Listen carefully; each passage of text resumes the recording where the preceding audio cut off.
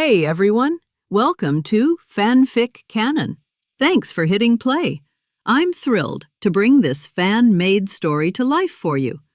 If you enjoy the ride and want more narrated fanfics, smash, subscribe, and tap the bell so you never miss an episode. And if you want audiobook of a novel of your choice, join my Patreon. Request any title that's freely available online, and I'll produce a full narration just for you. Now, let's dive into today's adventure. Nangong Long looked at his reflection and sighed. So this is me now, 15 years old. A little tricky at this age. A translucent screen flickered before his eyes. Host, Nangong Long. Apparent age, 15. Identity, Imperial Noble. He frowned. System, this setup is sloppy. A noble without even a servant? At least the mansion looks the part, but still, night blanketed the capital. Yet for him, an undead, darkness was no obstacle. I didn't think the body reconstruction would even factor in the stats and abilities of my old equipment. Lucky I had the guild staff and other top-tier gear then, otherwise I'd have taken a big hit. The equipment was gone now, but he shrugged it off. Doesn't matter. I can always get more. Curious, he pulled out several props and tested them. Items similar to what he'd worn before were useless, but others still worked. So, most magic equipment doesn't function anymore. Consumables do. Warrior gear too. HM, not great. If I could stack magical gear, my abilities would skyrocket. Maybe this restriction only applies to game world items. If I stumble across artifacts from other worlds, it might be different. He opened his inventory and smirked. First things first, fashion.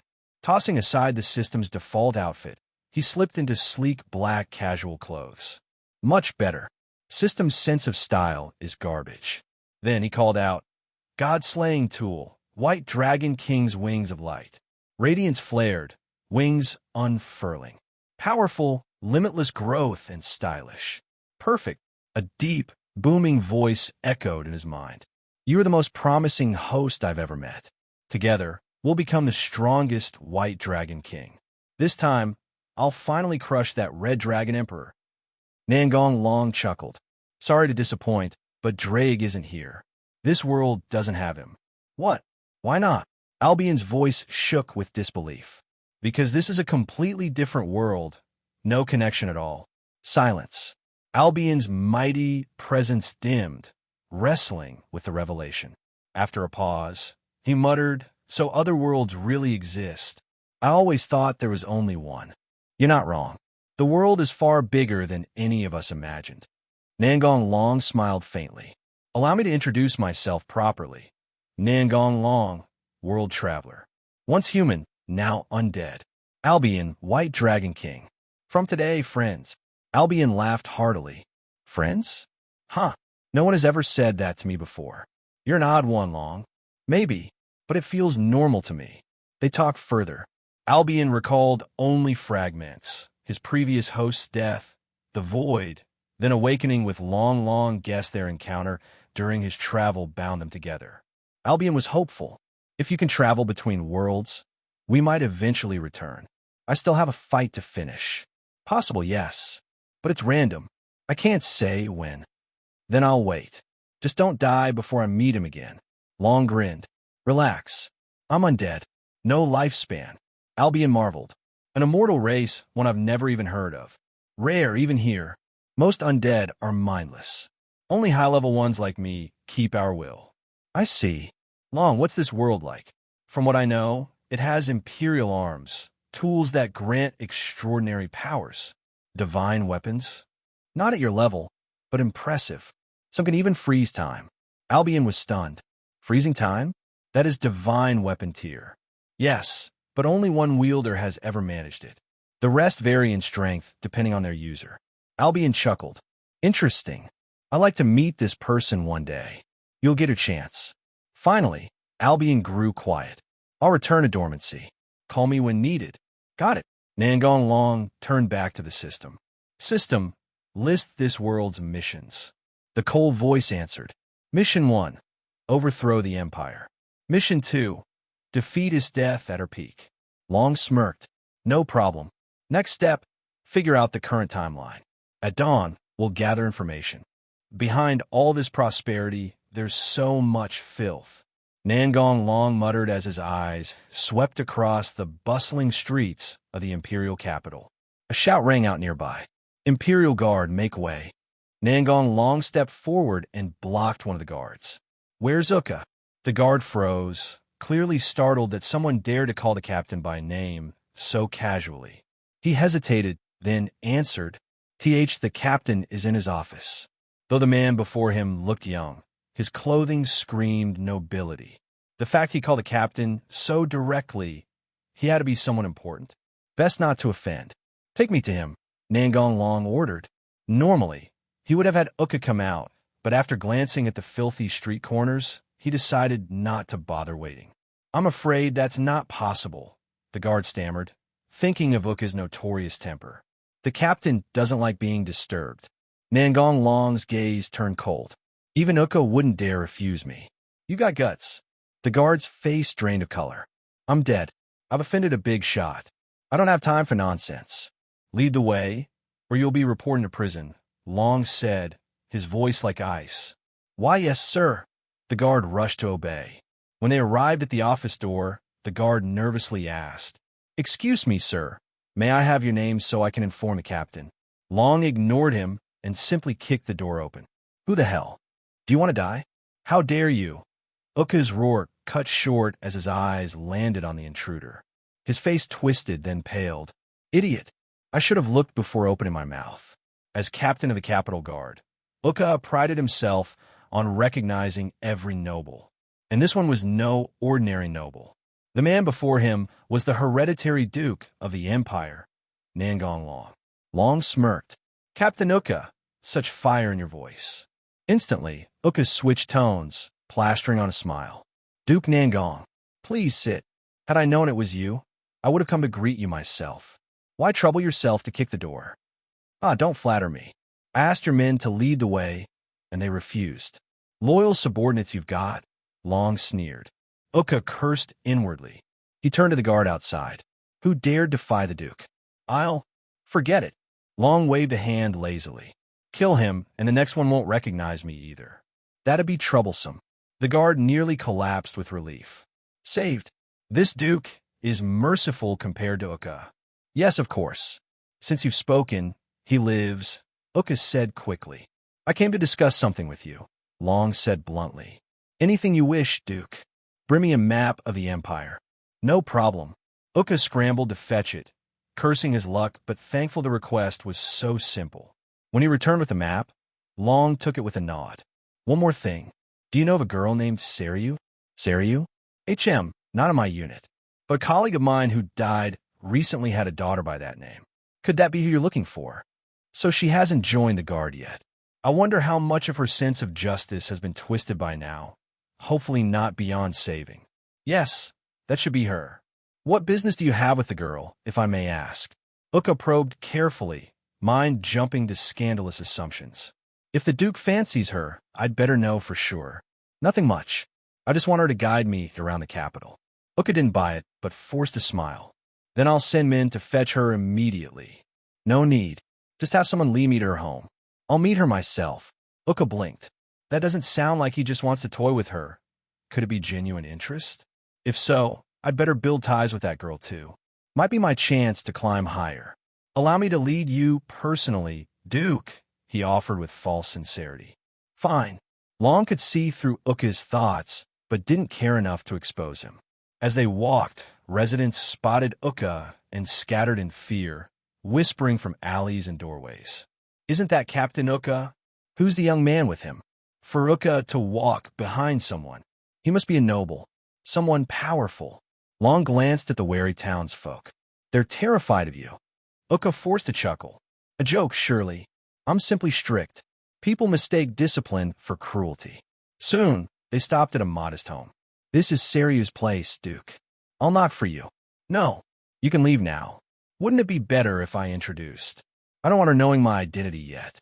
"Standing here just complicates things," Long cut in coldly. Yes, I'll take my leave." Uka bowed and hurried off, grumbling inwardly. So hard to please, and so damn mysterious. Once alone, Long spread the Empire's map and marked several locations, then tossed it aside. Instead of falling, the map sank into a shadow.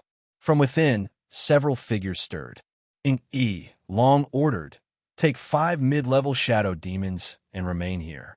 The rest, head to the places I marked. Find the people I mentioned yesterday." Understood. The demons dissolved into the ground, shadows darting across the city unseen. Summoned just the day before through a sealed artifact, they numbered 50 in total, 5 high rank. The rest mid-lurking unseen until they struck. They were nearly invincible against mundane foes. Perfect for gathering intelligence. With that handled, Long approached the door and knocked. It creaked open, revealing a girl with determined eyes. "Who are you?" Seiryu asked cautiously. "I'm Nangong Long," he replied evenly. "I'm not familiar with the capital, so I was looking for a guide. I heard a helpful girl lived here, so I came." Her eyes lit up. "That's me. I'm Seiryu, partner of justice," she declared proudly, puffing her chest. Long smiled faintly. As expected, still pure, still believing in justice for now. "Then, are you willing to help me?" "Of course. I'll take you anywhere you want to go." That's reassuring. She clenched her fists with determination. "Leave it to me. Then let's go. Go and catch some kids for me to trample on and have fun with," Cass ordered. "Yes. Please let my child go." "Get out of here. It's her honor to have your child entertain adults," the guard said as he pushed the woman away roughly. "Mom," the child cried. "Another place. You devils die. Bring it, kid." The people around were intimidated by the noble's majesty and did not dare to step forward to stop them, for fear of getting into trouble. "Sir, are these enough? If not, I will go and catch more. You did a good job. Go back and get your reward from the butler." "Thank you, sir." Someone put the child on the road and let the adults trample him. Before he finished speaking, a figure appeared and knocked away the guard who was holding the child. "Quick, quick, protect the master. There is an assassin." "Run quickly," Leon said to the children. "Go, kill her now," Cass roared. The guards were a little hesitant. They had seen what had just happened. If they went forward rashly, they would not be welcomed. They came here to ask for money, not to fight for their lives. The scene was a little deadlocked for a while. "Since you won't come over, I'll go over there." "Seilu, you seem to be worried about something. Can you tell me about it?" Long is a very careful observer. "My parents died at the hands of evil not long ago, so I'm determined to become a partner of justice and eliminate all evil," Seilu said viciously and distortedly. "So what do you think is justice?" "Anyone who disturbs the stability of the Empire is evil." "Is that so?" "You just—" Nangong Long wanted to say something, but what happened before made him stop. "I'm lucky enough to meet Leona," Nangong Long muttered. "Did you say anything?" asked Seiryu. "Nothing. Something seems to have happened up ahead. Let's go take a look." "Really? Why didn't I see it?" Seilu asked in confusion, but still walked forward. Seilu's eyesight was not as strong as Nangong Long's, so he was not clear about what happened in front of him. "Really? You have really good eyesight," Seilu said admiringly, and was about to run over to help. Nangong Long hurriedly grabbed her. "What are you doing?" "I want to go help," asked Seilu. "Do you know the situation? What if you help the wrong person?" "How can it be wrong for me to help the nobles?" Seilu said with a blink. "Okay, just stay by my side and let me handle the rest." "You? Are you okay?" Seilu questioned. "Believe me. Okay, just this once." On the way here, Seilu chatted with Nangong Long for a long time, and she felt that the other party was not a person who would brag. "Whatever I do, don't ask. I'll explain it to you later." "Yeah," Seilu nodded. "I'm a noble. What do you want to do?" Cass said in fear. In the blink of an eye, all his guards were knocked down by the woman in front of them. "Are you a fool? It's obvious that they want to kill you," Nangong Long said as he approached. Leon looked at Nangong Long and Seilu and instantly became alert. He sensed them carefully and found that his beast-like instinct did not warn him, so he relaxed a lot. "Male!" Nangong Long glared at him, and Cass immediately shut up. "Who are you? Are you in cahoots with him?" "You are so beautiful. Of course I will stand on your side." "Oh, you're so honest." "I like it," Leon said with a smile. "Dragon, don't worry, we've got a deal," said Nangong Long, rubbing Sailu's hair. Wait a minute." Nangong Long said as he looked at Leona, who was about to take action. What are you doing? Are you trying to stop me? Leon said coldly, as if he was ready to start a fight if they disagreed. Of course not. I just wanted to ask him something. No. If we don't take action, the security team will be here soon. It's okay. No one dares to catch you here. Oh, you are so arrogant. With your ability, I'd better protect you. Okay. Since you are so capable, I guess you don't mind this little bit of time. Of course. Just ask, Leon said stiffly, boasting too much. Tell me what happened. Cass recounted the whole story, but he didn't lie. In his opinion, all nobles were like this, and there was nothing to hide. The Duke must have taken a fancy to the blonde woman. Although he was angry, he had to give up revenge. It was not worth offending the Duke for a woman. Leona saw that Cass was very respectful to Nangong Long. No matter how stupid she was, she knew that Nangong Long's identity was not simple. But she did not feel any malice from the other party, so she did not take any action. Selu, you heard everything. Who do you think is right now? I don't know, Selu said in pain, covering his head. Just think about this problem slowly later. There's no need to rush. Nangong Long stepped forward and hugged Sai Lu to comfort him. Fortunately, the degree of distortion was not high, so it would be okay, Nangong Long thought. Although he didn't know what happened, when he saw Nangong Long let go of Ciro, Leona teased. I'm so sad that I picked up girls in front of my sister. My arms are always open to you if you want. Enough of the small talk. Trouble is coming, Leon said suddenly in a serious tone. I told you, it'll be all right. Stop resisting. You have been surrounded, otherwise you will die, the captain of the security team shouted at Nangong Long and others. Great, Your Majesty, we're saved. You quickly capture this woman and send her to Your Majesty's residence, Cass shouted to the guards, then looked at Nangong Long flatteringly. Kill him, and then stab the one who's still alive on the ground. Nangong Long ignored him and seemed to be talking to himself. Who are you? Seeing Nangong Long's shadow split into several parts and moving quickly on the ground, Leon opened his mouth in surprise. One of the black shadows ran towards Cass, emerged from the ground after getting close to him, raised his right arm and turned it into a sharp blade, and chopped off his head with one blow. Until his death, there was astonishment and confusion on his face. He didn't understand why Nangong Long, who was also a noble, wanted to kill him. The guards who were still breathing on the ground were all killed by the other black shadows and were completely dead. After doing all this, the black shadow quickly returned to Nangong Long's shadow, as if it had never appeared, but the corpse in front of them kept reminding everyone present that everything that had just happened was real. The guards gasped. Boss, are we still going to go on? A guard whispered. F***K off. Are you looking for death? Do you know what that is? Besides, didn't you hear the noble Cass calling the young duke just now? Can you afford to offend him? The team leader cursed. Cass often gets into trouble, so all the guards patrolling the area know him. Well, may I ask what happened, sir? The team leader stepped forward and asked with courage. I'm too lazy to explain. Everyone around here knows what happened. Go ask them. Remember, be nice. I come here often. Yes, sir. Go back and tell Oka that I killed him. I think he knows what to do. Yes, we will do it, the team leader promised timidly. I can't stay in this place anymore. A Grand Duke likes to come to the civilian area for no reason. Isn't this asking for my death? On the road. You are actually the Duke. And what was that black shadow just now? Leona asked.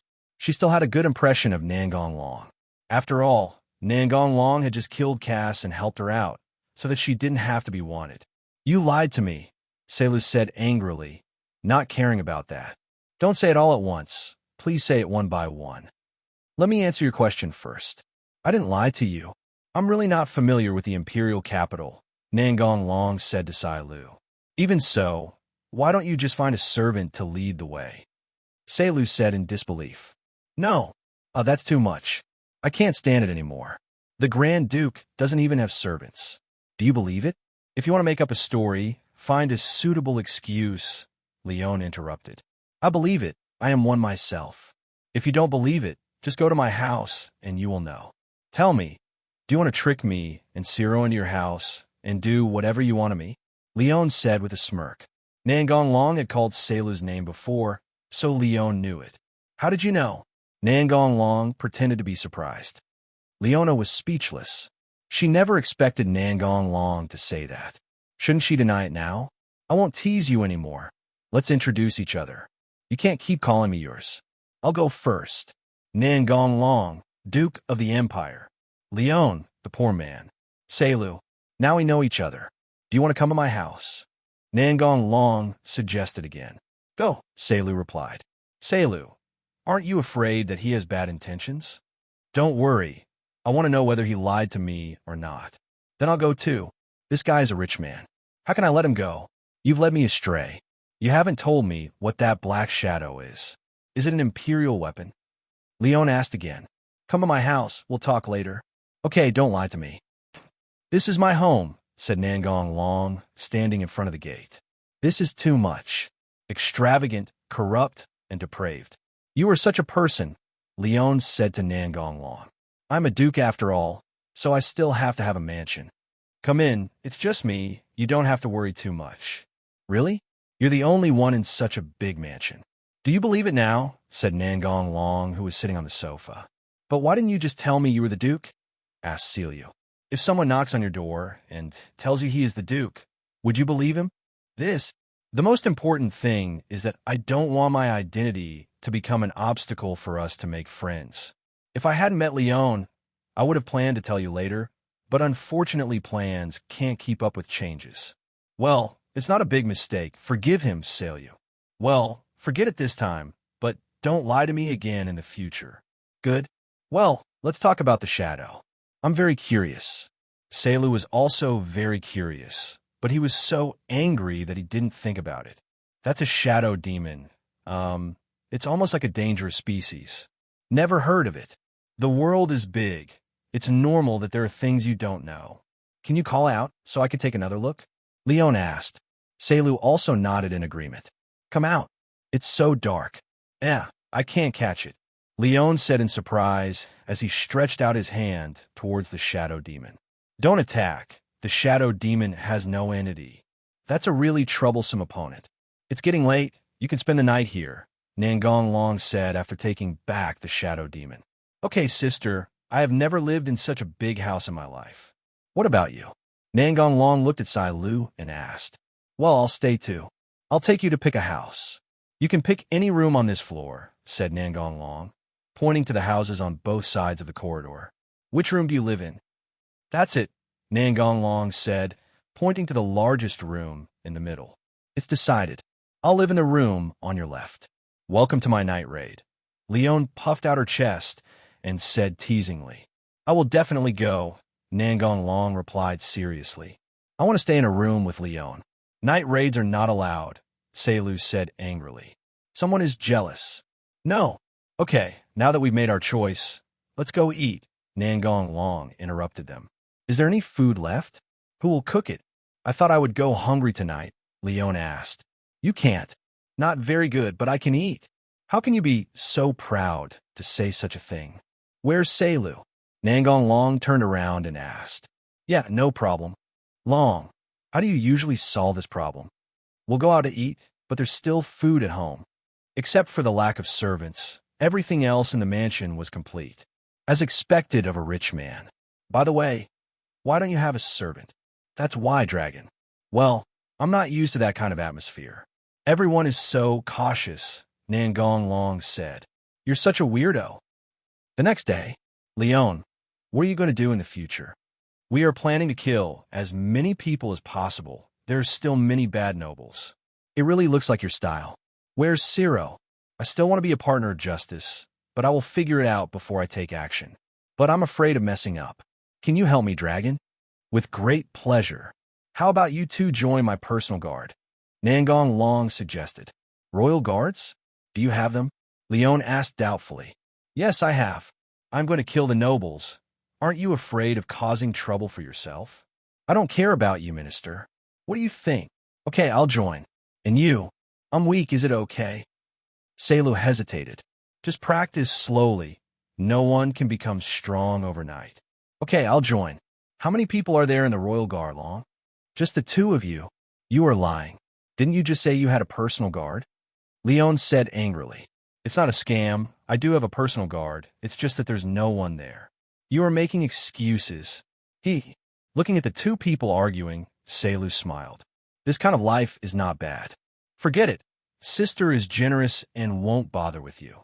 From now on, I will eat your food, live in your house, spend your money, and turn you into a pauper, Leon said with a smile. How can you say you don't care? You obviously care a lot. Why do you feel sad? No, but according to what you said, you didn't join the Royal Guards, but my harem, Nangong Long teased. Hey, your true colors are exposed. Did you hear that, Selu? This pervert wants to take us into his harem. Selu, don't pay attention to her. She's just talking nonsense. You are such a heartless person. Your sister is helping you pick up girls. Speak. Nangong Long stretched out his hand, signaling for silence. Sir, the person you are looking for has just set out from Longxi Mountain. Continue to monitor. Yes, sir. Did he just leave? That means Red Eye's first mission was completed not long ago.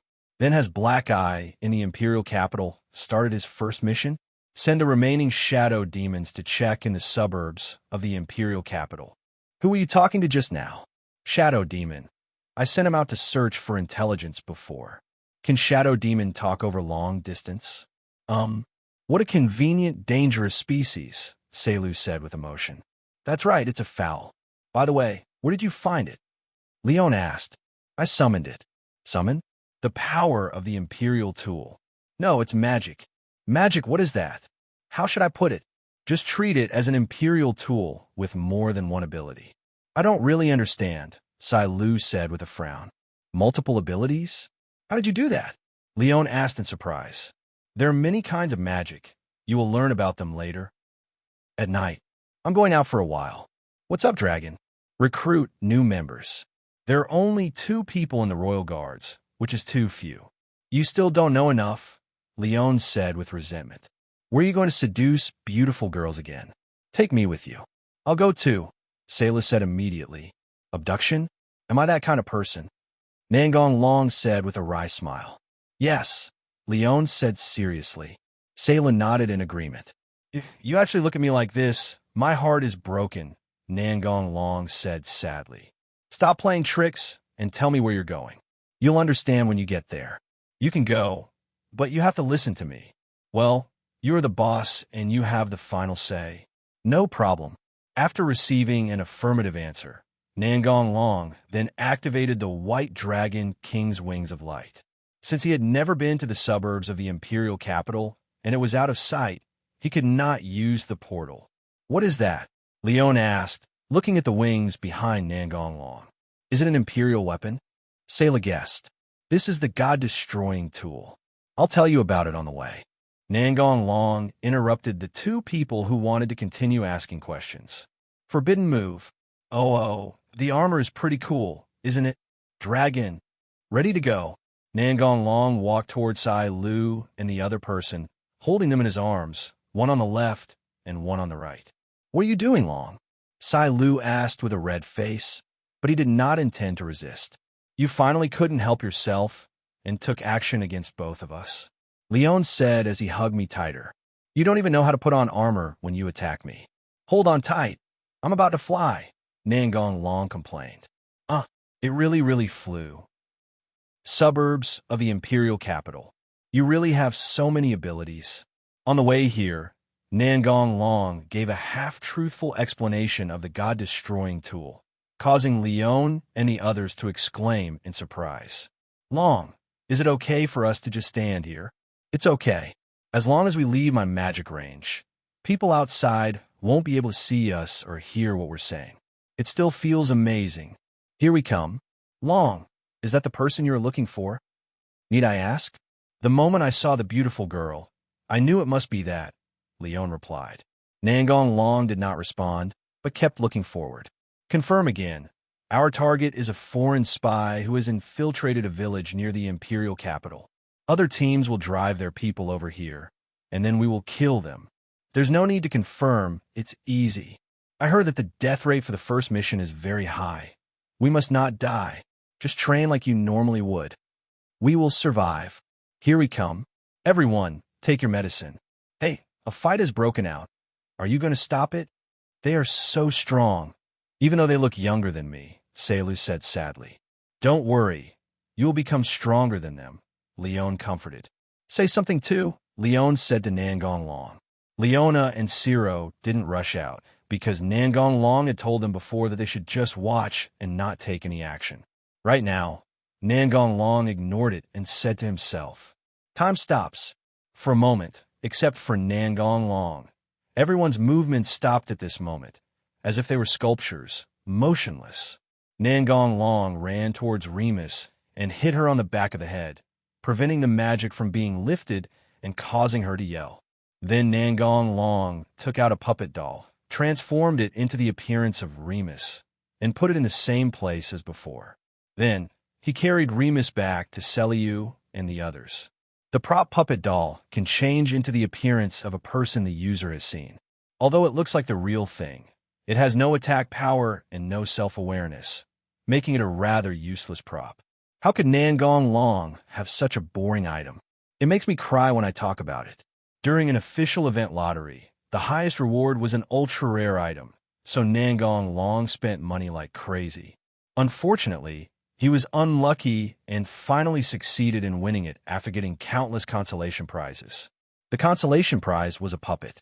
Nangong Long once suspected that this was a malicious mockery of his bad luck by the authorities, but he kept it with the idea that it might be useful someday.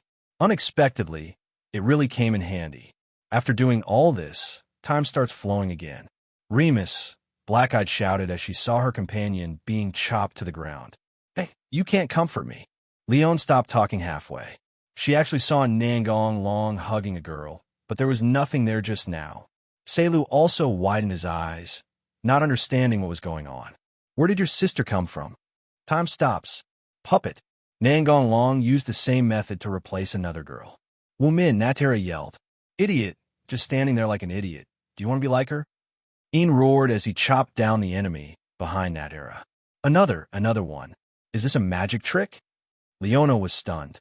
She was sure that she had been staring at Nangong Long and did not miss him at all, but this person just appeared out of nowhere. Leon, look over there. Am I dazzled? Selu couldn't believe his eyes. It shouldn't be. I saw it too, Leon gasped. They're clearly here. So who are those two lying on the ground? What is going on? Go back and tell me. Portal. What is this? Use the transfer magic. Go through it, and you will reach my home.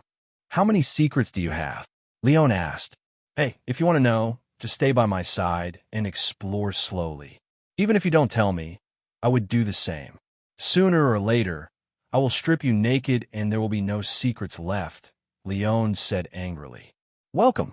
Looking at the smiling Nangong Long, Leon got angry. Long, you have to explain it clearly when you get back, Selu interrupted, and it was obvious from his expression that he was unhappy. No problem. Go ahead. I'm not a criminal. Why do you have to be so serious? Nangong Long said helplessly as he looked at the two people opposite him. Forget it. Just tell me what you want to ask. What happened just now? Why did those two people suddenly appear? Leona asked. It's simple. I paused time, so it looks like teleportation to you. What? They both asked in surprise. Are you kidding? I'm telling the truth. I can't help it if you don't believe me. I believe it, Selu said calmly. Come to think of it, even if I haven't transformed into a beast, my perception is much higher than that of ordinary people. I didn't feel your actions at all, Leona analyzed. Can magic even do something like this? Asked Selu. Of course ordinary people can't do it, but I'm different.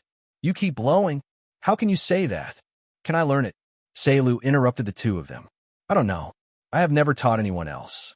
Besides, it is difficult to learn. Most of my magic has many limitations and is not suitable for humans to learn. Is that so? Selu said disappointedly. She was thinking that if she could learn it, she would definitely become stronger. Hey, you talk like you're not a human being, Leon interrupted. In fact, she also wanted to learn it, but she just didn't say it. Me? Yes and no. What do you mean? Are you a dangerous species? You'll know when you sleep with me, Nangong Long said with a wicked smile. What else do you want to ask? Nangong Long changed the subject. Everyone has their own secrets. When Nangong Long wants to tell them, he will naturally tell them, and they will not continue to hold on to it. Since you saved them, who is lying on the ground? That's a dummy I made using magic props. Nangong Long briefly explained the puppet. It's just such a useless prop. Useless? Use it to pretend to be dead and confuse the enemy. That's good enough. Don't be ungrateful, Leon said jealously. Nangong Long smiled and said nothing. Would a level 100 player give you time to play dead? Even if there was time, Nangong Long would have killed his opponent. The last question is, who are they? Imperial Assassination Force, Drug Team. Drug-taking team? Such a weird name. It wasn't surprising that the Empire had an assassination team. What she was surprised about was why the other party gave it such a name. The drug group is what I call it, and the enhanced group is their real name. Didn't you say they were very strong at that time? They are certainly talented, but to have such strength at this age, in addition to brutal training, they also use drugs to strengthen themselves. So there's no need for Celia to feel inferior. Well, it turns out you were listening to what Leona and I were talking about, Selu said with some emotion. Of course, how could I not care about you? Dragon, okay, stop showing off your affection. Drug enhancement won't be that convenient. Haha, eating will cause necrosis of your internal organs and shorten your life, Nangong Long said disdainfully. Hearing this, Selu gave up the idea of taking medicine. Next, Nangong Long carefully explained the entire process of the Empire's establishment of an assassination force. The above is a dark corner of the Empire. It's really cruel. Selu remained silent. This was very different from the Empire she had imagined. According to what you said, they're both about to die, Leon said, pointing at Wu Min and the other person. No problem. It's cured. Is it magic again? You look like you hate the Empire, and you're obviously a duke, Leon asked. If the imperial capital had not been destroyed, the country would have collapsed and would not have been able to function. I would have destroyed the Empire long ago, Nangong Long said coldly. The Empire is already corrupt, and there are very few people with conscience. Once he takes action, Nangong Long has no intention of keeping the corrupt nobles, and there will be many people with conscience who will oppose him. After all, there are many stubborn people who are loyal to the Empire. It's easy to destroy, but he can't run a country by himself, so he needs time. You sound very confident, but can you defeat a country by yourself? Leon attacked. Long, don't be impulsive. Sayla looked at Nangong Long worriedly. She knew that Long was very powerful, but the thought of being hostile to a country seemed impossible. Don't worry, I'm not stupid. Nangong Long did not insist on explaining how strong he was. Seeing it with one's own eyes was more effective than any explanation. When the day came, they would naturally understand. Well, where is this? Am I not dead? Wu Min said to herself after waking up. Is this hell? You're dead too? Wu Min, Remus said in confusion. Nangong Long thought about it, and decided to use illusion to let them experience the original process of death. After all, it would be difficult to wake them up from the brainwashing without some stimulation. You are still alive. I saved you. Who are you? Wu Min subconsciously reached for her waist, but the knife was no longer there. Thank you, Remus said sincerely, with a completely opposite attitude. Remus, be careful. Don't believe everything the other person says. But didn't the other party save us? Remus asked doubtfully. If the other party is really trying to save us, then what about our companions? That's right. It's over. I don't appreciate it, Leon teased. You don't know what's good for you. Do you want to kill them? Sai Lu said angrily. Although Sai Lu's ideas began to change, that ruthlessness was still there. Forget it. It's their fault for being trained at such a young age. It's human nature. To put it simply, you have already died once and are now mine. Impossible. We have to go find our companions, Wu Min retorted. You have no right to choose, and you are already dead in the eyes of your companions. You're talking nonsense. Think about it calmly. I won't restrict your freedom. Real? Certainly. Let's go, Remus. Wu Min and Lei Mu Si walked past Nangong Long cautiously. Seeing that Nangong Long really didn't stop them, they left quickly. Is this okay? Salo asked. It doesn't matter. They can't leave this house. They will come back. I knew you weren't that kind, Leon said as if he had seen through you. Just wait. Look, this isn't coming. What have you done to us? Why do we always come back here, no matter which direction we go? Wu Min said angrily. I just said I won't restrict you. Wu Min, stop it. Give me medicine. Wu Min, who was about to say something, fell to the ground and twitched. Remus followed suit, and the same thing happened. What are they doing, acting? Leon asked. Not like that, Salas said. This is a withdrawal reaction. Once you stop taking the medicine, you will become like this. This is the price of becoming stronger quickly, Nangong Long said in a low voice. Whoever drinks it, I will give medicine to the other person, Nangong Long said as he walked towards Wu Min and the other person, shaking the blood-red healing potion in his hand. The potion in Nangong Long's hand not only restores blood volume, but also has the effect of eliminating body damage. It is an extremely advanced full-effect recovery potion. If it was just simply restoring blood, it might not be able to cure them, so Nangong Long took out a more advanced healing potion. What is that? It doesn't look like a good thing, Leon muttered. Wu Min snatched it away and drank the potion that made her feel ominous. I drank it. Give the medicine to Remus. Wu Min, Lay Moc cried. I lied to you, and you believed it, Nangong Long said with a wicked smile. You, Wu Min roared fiercely. Feel your body carefully before deciding what to tell me, Nangong Long said seriously, as if changing his expression. Come on, little sister, drink it. It's delicious, Nangong Long said, turning his head. Let's not watch it, Salo. Remus looked at Wu Min, not knowing what to do. Wu Min saw Lei Mosi's pleading eyes, hesitated for a moment, and finally nodded. She felt the changes in her body. The heaviness that she had felt after stopping the medication disappeared, and she felt relaxed instead. What is this? I feel great, said Remus. As long as you have breath left, this medicine will restore you to normal. I want some too, sister. Not many. 10 or 8 will be fine, Leona said after she reacted. Here you go, what do you put it? And with me here, you won't have the chance to use it. If you don't want to give it to me, then don't give it to me. That's it. You still don't forget to tease your sister, Leon joked. Is it really okay to give such precious medicine to us? Wu Min asked. We're all family from now on. It doesn't matter. Who are you and your family? Stop talking to yourself, Wu Min complained in her heart. I know you're dissatisfied. Wait for 2 days, and I will let you know the darkness of the Empire. You are the product of the Empire's corruption. Wu Min, what should we do? We can only stay here. The other party has no intention of letting us go. Good judgment. You are not suitable to be a killer at all. You confused boy, said Nangong Long while rubbing Remus's little head. Stop it, it's a mess. Formally meet Nangong Long, Duke of the Empire. You are actually the Duke, Wu Min said in disbelief. She was completely confused. She couldn't understand why the Duke would do this. You two should introduce yourself to each other. You will be companions from now on. Although Sai Lu didn't like the other party's attitude towards Nangong Long, she still said, Seilu, Leon, Dancing Mind, I am Remus. In the next few days, Nangong Long sent Shadow Demon to collect intelligence everywhere and gave it to Wu Min and the others. But Wu Min still found it hard to believe it. Remus was quite shaken. Probably because of her confused personality, the brainwashing was not thorough.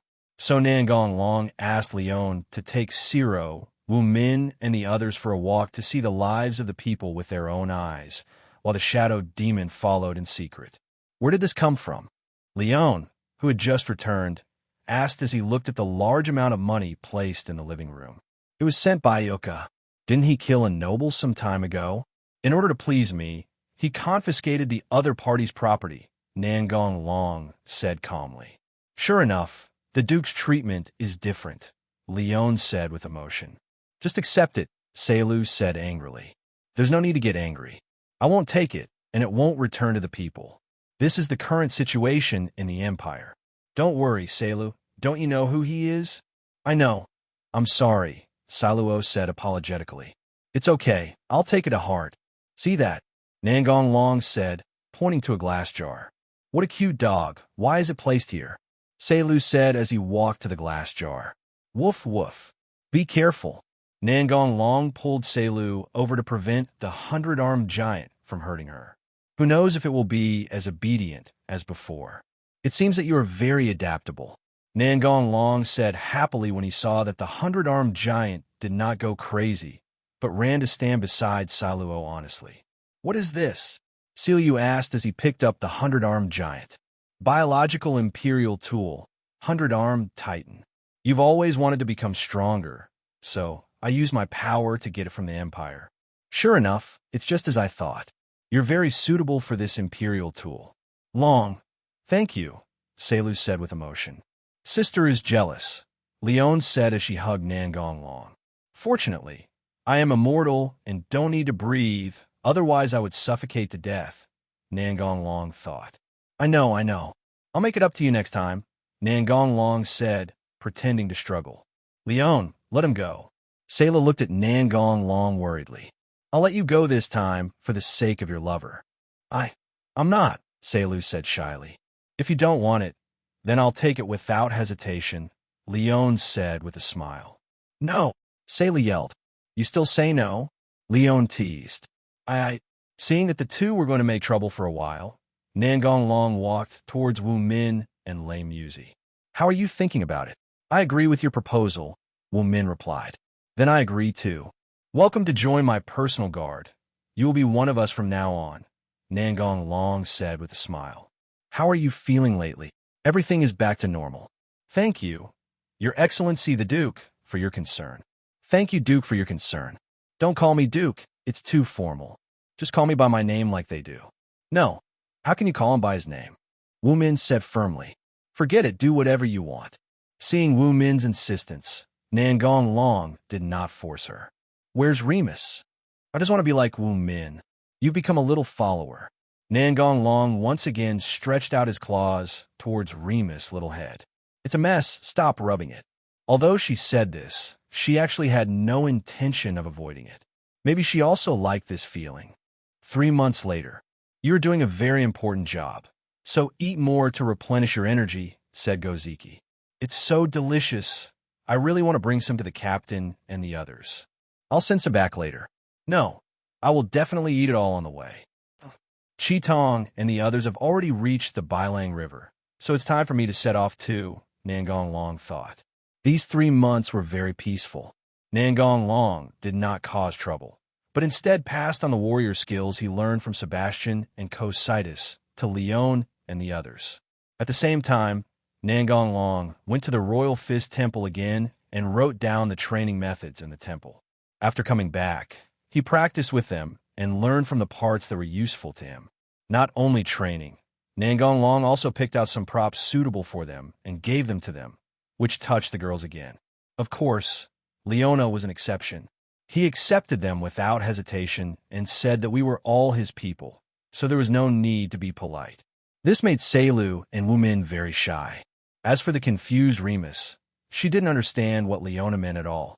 Instead, she said cutely, Yes, we are the Duke's people. Nangong Long also asked Shadow Demon to collect information about Hill, but did not find Hill. Presumably, she had joined the Revolutionary Army by then. I'm going out to do some work, and we'll be back in a few days. Where are you going, Dragon? White Wolf River. Are you looking for someone? He must be looking for the beautiful girl again, Leon confirmed. Can we go? Asked Seliu. Wu Min and Lei Muzi also looked at Nangong Long expectantly. Well, it's too far.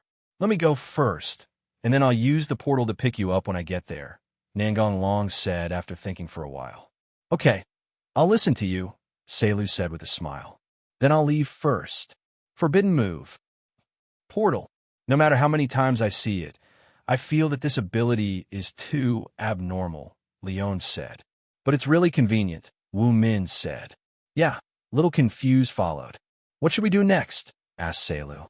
Just relax. Don't be so nervous. By the way, don't take off Remus and Wu Min's disguise rings. Don't worry. We know what to do, sir. Don't call me Duke. If you really can't change it, just call me Young Master. Nangong Long covered Wu Min's mouth and said in her ear, Wu Min nodded with a red face. You too, you know, Nangong Long said to Remus. Uh-huh. Go to the hotel first. Inside a room in a hotel. Confirmed, she gave the lunchbox to Four Eyes and the others. Did you hear that, Takeo? You go deal with the people in the hotel, and I'll deal with those guys on the mountain. Yes, they are very strong. Be careful, Chelsea warned. Don't worry, there's no one stronger than Takeo at the same age. Flower Wind, kill anyone who comes near. In that case, after saying that, Cornelia lifted up a huge wall and threw at Takeo. Ridge crossing. Takeo split the boulder in half with one knife, but she didn't expect Cornelia to hide behind the boulder. When she noticed it, it was too late to avoid this powerful blow, and she could only choose to take it. You are within my attack range, Smash King. His muscles have already hardened, and he's been injured so badly, it seems like he won't be able to take the same blow no matter what, Takeo thought. He took the blow from the Crushing King and was still able to fight. I guess I have to be careful, Cornelia thought. It's almost done, muttered Nangong Long, who had been doing nothing for a long time. Time stops. Puppet. Perfectly done. I thought we would become friends, but I didn't expect it to turn out like this. If there is an afterlife, I hope we can still have a chance to be friends, said Takeo, looking at Cornelia's body. The reason why Nangong Long never shows up and hides behind every time he saves people is mainly because he wants to gain favorability. After all, how can he gain favorability if nothing happens? Well, I still have to save Mayoko later. Hee, what kind of expression will Mayoko have when she sees the person she killed standing in front of her again? Nangong Long muttered. Afterwards, Nangong Long used the same method to replace Meowsy. Mission accomplished. After using the portal to send the two back to the Duke's mansion, Nangong Long returned to the hotel and found Leon and others. Let's go back. Is it done, Dragon? About that. I'll take you back first and keep an eye on those two people. Good. Portal. Long, what else are you going to do? Seilu asked as he looked at Nangong Long, who walked into the portal again. There is still a small matter. Let's deal with it. Be safe. Look, two more beauties, Leona complained. We just need to do our own thing. Aren't you jealous? Seeing it with my own eyes, it really feels perverted, Nangong Long exclaimed as he watched the way Goteezy fought from the sky. After walking out of the portal, Nangong Long immediately stopped using his hands and flew towards the mountains, while at the same time casting a concealment magic to make himself undetectable by others. How can I die here? Be careful. Get out of the way. Boom. Who are you? Looking at the man in white armor appearing in front of him, Goteezy asked vigilantly. He didn't sense any breath just now. It turned out that at the moment of the explosion, Nangong Long kicked Barbara away, saving Goteezy and the others from injury. It doesn't matter who I am. Just try your best to live. After saying that, Nangong Long rushed directly towards Goteezy and punched him in the abdomen.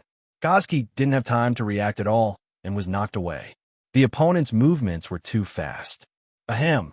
Father, Nahashu and the other two shouted. Don't come over. I'm fine. You're no match for him, said Goteezy. You are really strong. To be honest, I really hate opponents like you. There is no place to cut with your full body armor, said Goteezy with a wry smile after standing up again. Without wearing armor, the result will still not change, Nangong Long said lightly. Murasame has no effect on Nangong Long, not to mention whether it can break his defense. Even if Nangong Long is really injured, the curse will be useless. Nangong Long's curse resistance is at the maximum value, and because he is an undead, Nangong Long has no heartbeat. More talk is useless. Nangong Long attacked again, and because he slowed down his speed, Goteezy was able to fight him back and forth. The reason why Nangong Long wanted to fight with Goteezy was, on the one hand, he wanted to beat him, and on the other hand, he wanted to personally see his abnormal body control ability. Enough of fun, bye. Nangong Long waved his hand, then rushed straight into the sky and disappeared in the blink of an eye. Father, why don't you let us take action? Asked Guy, who helped Goteezy up. Yeah, maybe we can win if we work together. Uh-huh. How is it possible to win? The opponent didn't use his full strength, even in the first attack, Gotsi said with a wry smile. What? Nahaxiu and the other two were shocked. Their father was already very strong, so wouldn't the other party be? If the other party had not intended to kill us, we would all have to die here today. Father, is the other party really that strong? It's hard to imagine how strong it is. The person just now should be equipped with an imperial tool, or an extremely powerful one. Unfortunately, I know nothing about the opponent's imperial tool. Let's go meet them. They're still waiting. I hope nothing happens. After a pause, Goziki continued. Yes, father. Time to go, guy. There are not enough flowers. I will go pick some more. That's enough, guy. We've stayed too long, Gotsi shouted. It was Oboig's men who killed her. I want them all dead, Guy yelled. Tell me, who are they? And is that armored man in the same group with them? Guy. An assassination group named after the mythical god of death, Oborg. It is said that in history, as for the armored man, he should have nothing to do with them. After all, he kicked the old woman away with one kick. And according to my father, the other party had the ability to destroy us all, but he suddenly left. It's strange no matter how you think about it, Nahaxiu analyzed. Didn't the other party say, in the end, that he had enough fun? Maybe it's just as he said, Green guessed. Let's go. The most urgent thing is to adjust your mentality, Goziki said with a sigh. Where is this? Am I not dead? Hearing these familiar lines, Wu-Min inexplicably wanted to laugh. Wasn't she the same as her at the beginning? Welcome to my home, Cornelia. Who are you and why do you know me? Cole asked warily. Where is this? Muttered Mio, who had just woken up. Meowsy, Cole was shocked and wanted to take action immediately, but found that he could not use any strength. What did you do to me? Cole looked at Nangong Long and yelled. Cole, did we meet again after death? Nangong Long clapped his hands to attract Meowsy's attention and said, You are not dead. I saved you. Impossible. I clearly remember giving Cole the final blow myself, Takeo retorted. Then how do you explain the current situation? Nangong Long said with a smile. I died too. So, I met Cole again. What about me and them? Nangong Long pointed at himself, and then at the four people, Selu, on both sides. This.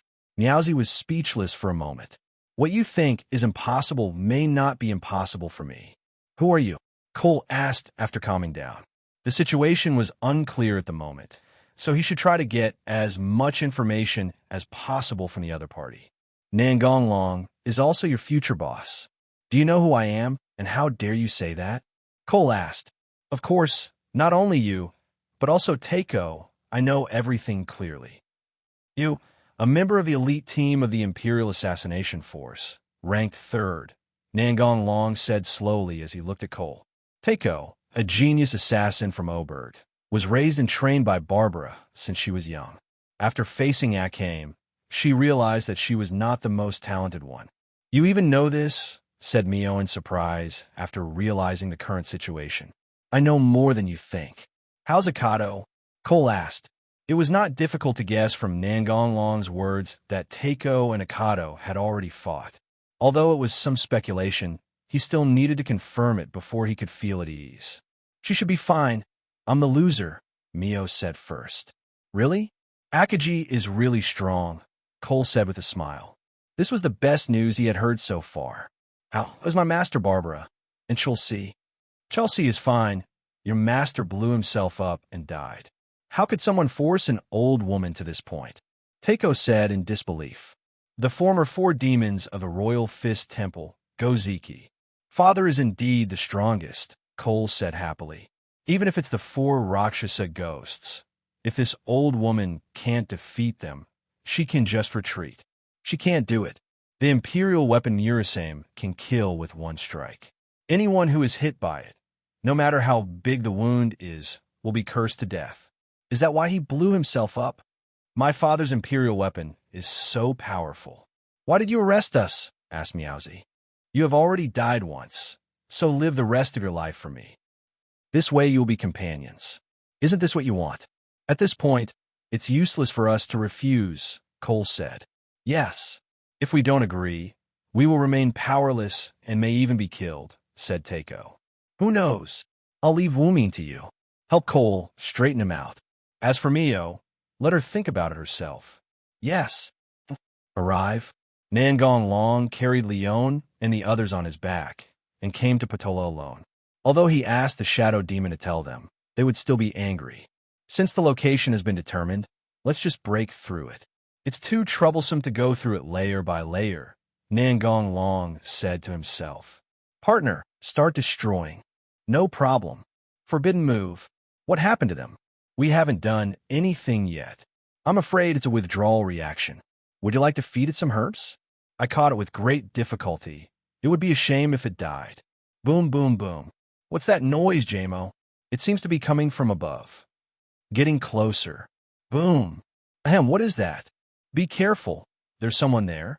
Looking at the unknown person appearing before them, the two of them said with caution. Just the right time. Watch out. Take this uncle's hit. Looking at the octopus tentacles reaching out, Nangong Long directly used his ultimate move. Heart Mastery. Sorry, you're so disgusting. So your role ends here? Before he could finish his words, Jamo lost his breath and fell to the ground. Jamo, escape. You must escape. Otherwise you will die. The surviving girl immediately turned around and ran away. Dimensional movement. Nangong Long instantly appeared in front of the girl, grabbed her neck, and lifted her up. Memory operation. After getting the information he wanted, Nangong Long squeezed the opponent's neck hard and broke it without mercy. You and I have no hatred against each other, but we have different positions. Who made you become enemies of the person I like? Nangong Long thought. So strong, he solved it in just a few moves. Ian was stunned. Hey Tong nodded, and then asked, Are you reinforcements? Reinforcements? It seems they think I'm their companion. Let me tease them. Hee hee, I'm not a reinforcement. Now that there are no people in the way, let's do something unspeakable. How about it? Nangong Long raised his silver chin and grinned. Although no one could see Nangong Long's expression under his armor, everyone present knew that the other party obviously had bad intentions. What do you want to do? Ian asked, panicked. Don't you know what I want to do? As an assassin, you should have realized it long ago. If I hadn't killed this piece of trash, he might be the one standing here now, said Nangong Long, pointing at the octopus uncle on the ground. I think you should thank me for this alone, Nangong Long said with a smile. Who should thank you? You're still doing the same thing. Ian turned his head away. But I'm more handsome than him. If you give me medicine, I can definitely make you more comfortable, the man with black eyes said seductively. I know exactly what you're thinking. Even if you take 10 times more drugs, you still have no chance of winning. Besides, if you want to seduce me, wait another 2 years. It's stiller now. Oh, you're about to cry. I haven't done anything yet. No more playing. No more playing. Nangong Long broke Ian's handcuffs and let her go. Ian was a little confused. Just a joke, but if it were someone else, you would be really finished, said Nangong Long. Nangong Long then put the other two people down one by one. So you are a friendly force, Natera said. How could there be such reinforcements? Hey Tong complained. I'll remember you, Ian said viciously. No problem. You can continue fighting, said Natera. Let's go. Wait a minute, someone is coming. Where is it? Hey Tong asked vigilantly. You are not talking nonsense, Ian asked suspiciously. We have to wait a little longer. It's just right for me to vent my anger. Ian glared at Nangong Long and said harshly, You are no match for me. Just rest aside. What did you say? I admit that you are very strong, but you can't underestimate us, Ian Chi said. That's not what I meant. Here we come.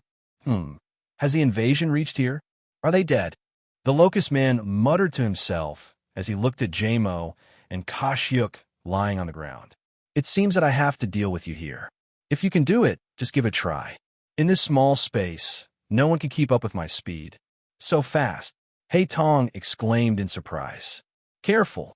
Nangong Long dodged, went around Yin's back, and connected his fist with the Locust Man's fist.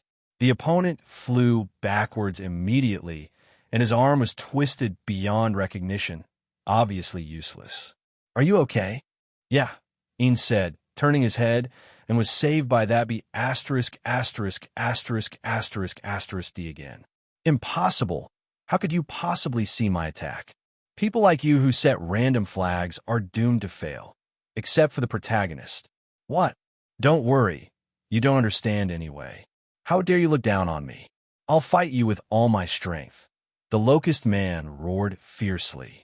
Hey, I'm almost losing my human form. Why bother? Go to hell, the Locust Man yelled. Willow, fire, bone, arrow. In an instant, the Locust Man was shot into a hedgehog by the bone, arrow burning with pale flames.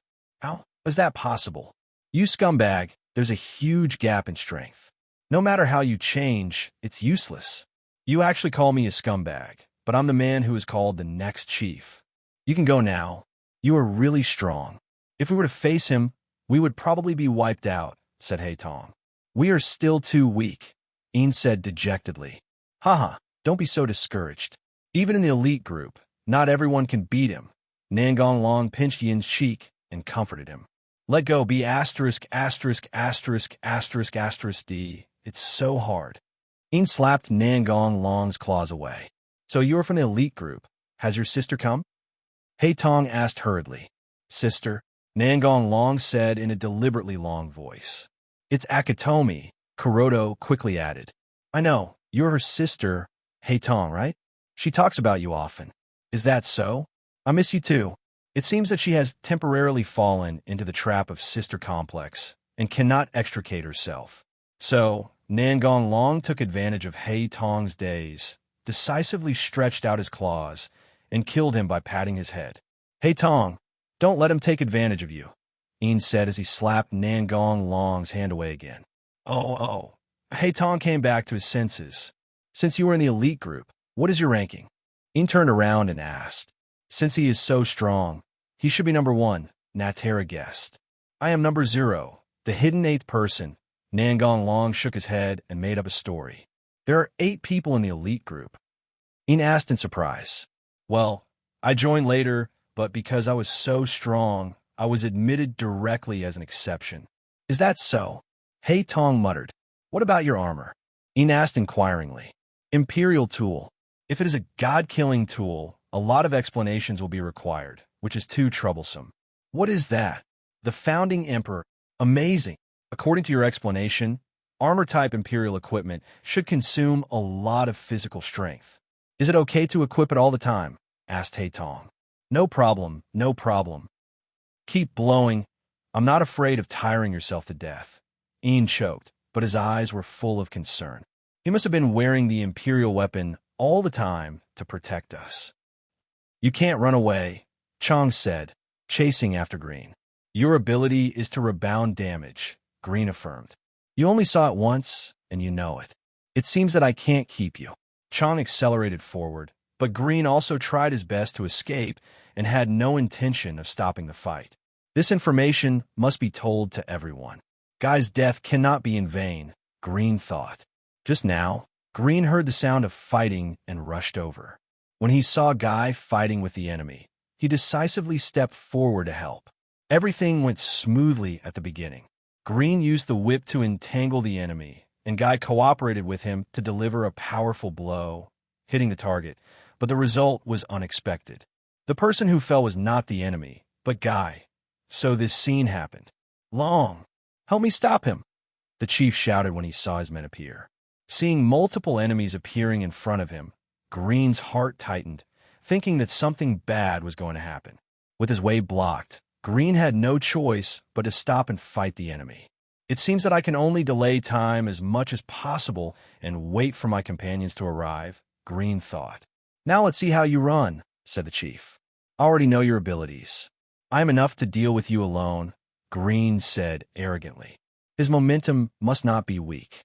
You block his way and don't worry about the rest. Yes. Chong rushed forward suddenly and attacked Green. Green could only use the whip to interfere with his opponent and fight with chi. After all, his strong point was not head-on confrontation. The high-intensity battle made Green gradually tired, while Chong was still full of energy.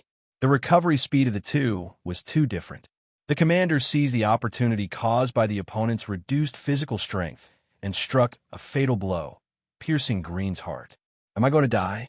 How can I die here? Akaji, Green thought. Green, Akame, who had just arrived, shouted when he saw this scene. Is Akame here? No, I can't fall down yet. Hold on a little longer. My body, please. Green shouted with his last bit of strength. Akame, this guy's ability is to rebound damage. After saying this, Green lowered his head forever. Even though you're still like this, you can still deliver messages to your companions. You and that man, just now, are both admirable men, the captain said, looking at Green's body. I'll kill you, Chi-Tong roared. You look good. Why don't you become my wife, and I'll let you go, the director said nonchalantly. How is that possible? I'm going to bury you here. Chief, someone else is coming. Stop them. I'll leave this to you. It looks like there are companions fighting ahead. I'll go over and help. Good. No problem.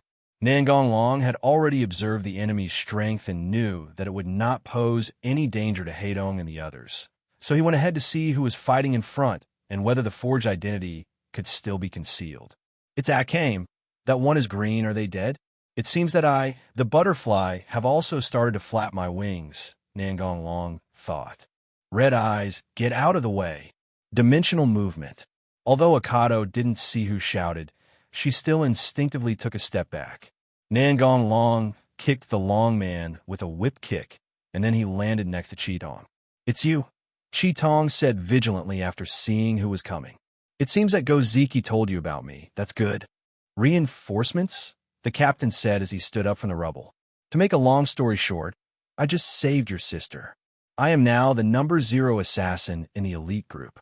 You have to cooperate with me to finish this scene, Nangong Long said quickly. What is your purpose? What do you want to do to Haidong? Chi-Tong said sternly. She loved her sister the most and would never allow anyone to hurt her. If her father hadn't told her not to fight if she could, she would have probably hacked someone long ago. Haidong is so cute. How could I do anything? Nangong Long said with his hand spread out. I admit you're right. Black Eyes is very cute, but you're not allowed to pay attention to her. It seems that he is not reinforcement. Do you want to stand on my side? You can choose the captured hostages at your will, the leader said. He had fully realized the opponent's strength after the previous attack. If it were not for his strong recovery ability, he would probably have fallen to the ground now.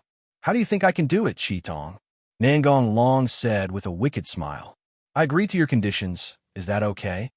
Akame said viciously. If the other party really stood on the opposite side, then there would be no chance of winning. You heard it, old man. I think it's better to stand on the side of the lovely Akame rather than you, Nangong Long said with a shrug. I'm cute. He was saying I was cute, but now we are fighting, and Akame quickly threw the strange thoughts out of her mind. You are looking for death again. Although he said so, the pressure from Nangong Long was really great, so he could only find an opportunity to release the curse. Be careful. The enemy has the ability to rebound damage, Akame warned. The commander had expected the secret weapon to be leaked, but he was not too worried. What if he knew it? He couldn't crack it, and he still couldn't kill me. Even if we competed with each other in physical strength, I would be the winner in the end. Are you concerned about me? You hold him back, and I'll be responsible for killing him one by one with my sword, Chi-Tong said instead of responding. I can't bear to let you exchange one knife for another. It's already this time. Stop joking, or you'll die, Akame said angrily. Believe me, it's okay. You don't want Haidong to see you covered in bruises, right? Although she was not clear about the other party's purpose, her intuition told her that the other party had no ill will towards her, so she reminded him. Don't be stubborn. Now is the best time to take action, so the leader acted decisively. Nangong Long didn't even look at him.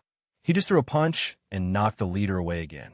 Old man, it's not a good habit to disturb other people's emotional communication, Nangong Long said calmly. Ahem. Why are you okay? The curse has already been activated. The chief opened his eyes wide, looking incredulous. Why should I tell you? You're not naive enough to think that I will explain it to you, Nangong Long laughed. The chief was not angry at Nangong Long's words. He just asked with the mentality of giving a try. It must be the ability of your armor, the chief guessed. Who knows? Elder sister, black pupil, are you okay? The two sisters said in unison. Then they shook their heads at the same time, showing complete understanding. Sister, let's deal with him together. Just leave it to him. Chi Tong shook her head. Why? Silver asked. The opponent's ability is to rebound damage. We can't do anything about it. Then is Long okay? Hey Tong and Een asked worriedly at the same time. He has a way to control it.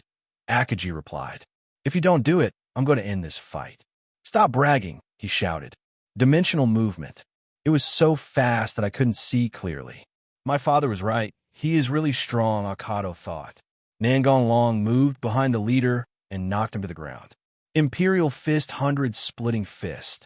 Nangong Long did not stop until all the bones in Chang's body were broken. Memory operation. Sure enough, the boss is the boss. The way he uses the secret techniques in his mind is completely on a different level from his subordinates. Then he grew his entire body and rolled it into a ball. Even if you have the ability to regenerate quickly, you won't be able to recover quickly from this situation. Because his memory was searched and he was temporarily in a state of confusion, he was unable to answer. Why not kill him? Een asked. If we kill him, this tomb will collapse.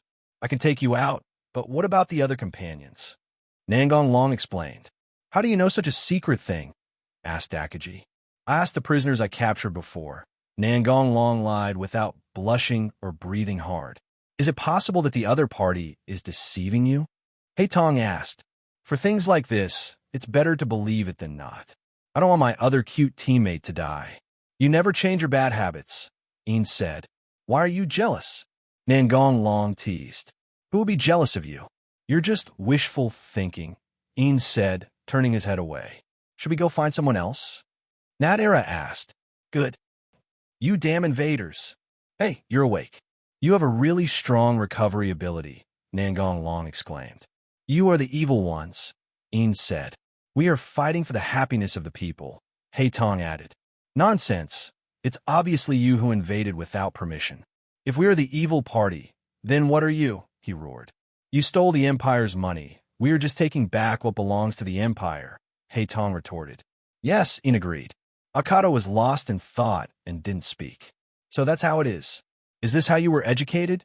The chief said in a low voice. Then why are you here? Chong looked at Nangong Long and asked. Me? Of course I came for the girl. The Empire has nothing to do with me.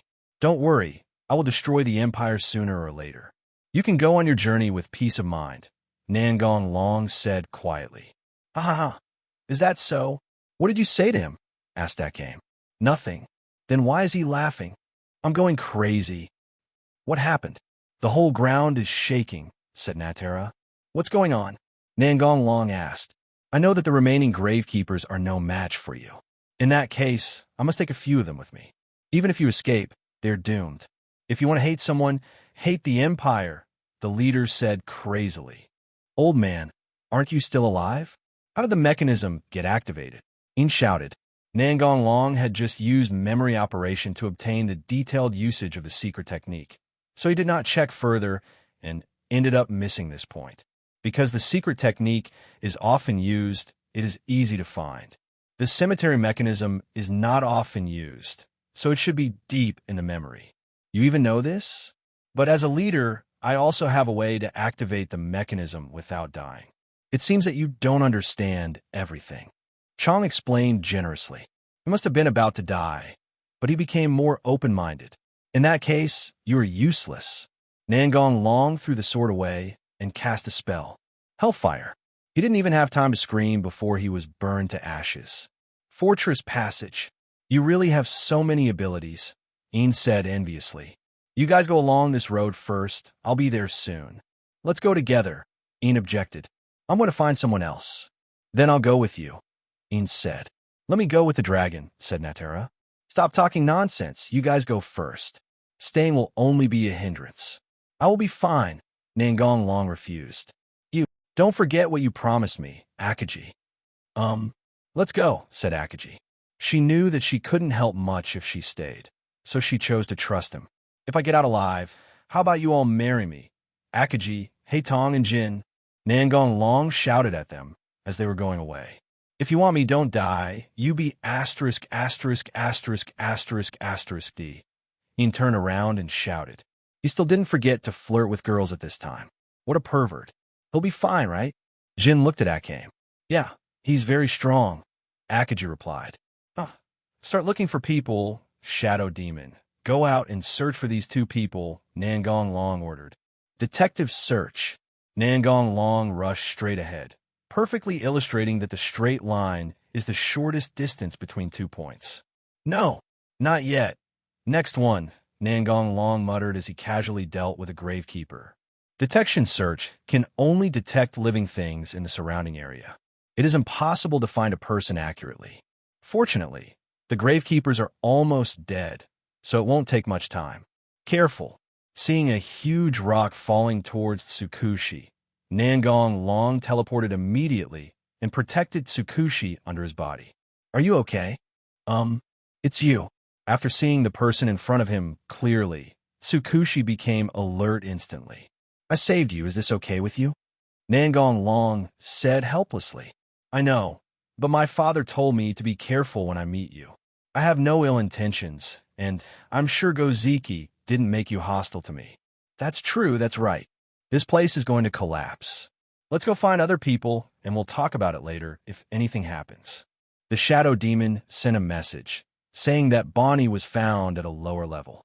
Follow me, I'm leaving. Where to go? Looking for Pony. Boom! Nangong Long blasted the ground open and jumped down, followed closely by Tsukushi. After blasting through several layers in a row, Nangong Long stopped and began to move forward violently in one direction. Honestly, Tsukushi was stunned. It was the first time she had seen such a way of proceeding. It was so destructive. Are you hurt? How are you, Bonnie? Tsukushi ran over and asked with concern. It's okay, my foot is just injured, Bonnie said stubbornly. How come you are with the enemy? Bonnie asked. He had no ill intentions and just saved me. Thanks to him. Otherwise, I wouldn't have been able to find you. Is that so? That's no problem then. Okay, let's go quickly. This place is about to collapse, said Nangong Long. You take Tsukushi first. I'll be there soon. Stop joking. I'll carry you on my back, said Tsukushi. You are the one. No one can get away without me on your back, Bonnie retorted. Nangong Long separated the two of them and held them in his arms, one on each side. Stop arguing. Just hold me tight. I'm leaving now. What are you doing? Let me go, Bonnie said. Your weight won't affect me at all. Stay still and don't move. You too. Nangong Long looked at Tsukushi. Then it rose from the ground and flew straight up. Because Nangong Long used magic to create a shield, Bonnie and Tsukushi were not hurt at all. The magic shield is Nangong Long's operation on magic power, which is different from the game moves. It must be said that this is a breakthrough and a good start. Wow, that's amazing, Bonnie exclaimed in surprise. You'll get used to it. Tsukushi had seen Nangong Long's violent charge, but he was still a little surprised that the opponent could fly in such a situation. Why haven't they come out yet? The cemetery has completely collapsed, Een said anxiously. Don't worry, nothing will happen.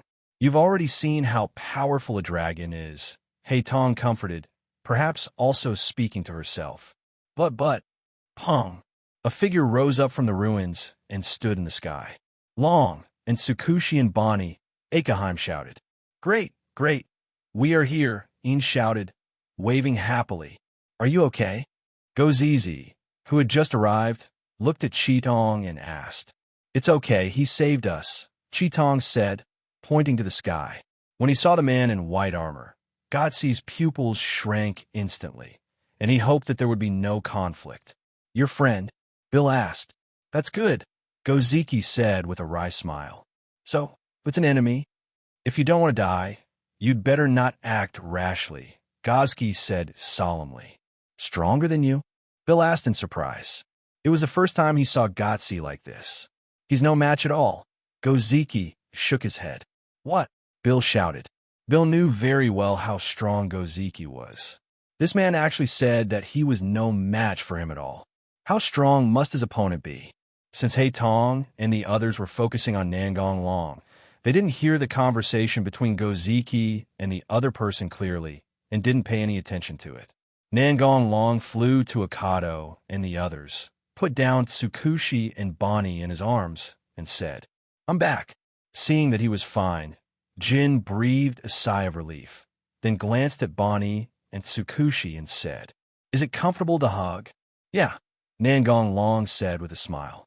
"You B asterisk asterisk asterisk asterisk asterisk D," Inchi said, and actually answered seriously. "How are you guys?" asked Chitong. "It's okay. Luckily he arrived in time. Otherwise we might have," said Tsukushi.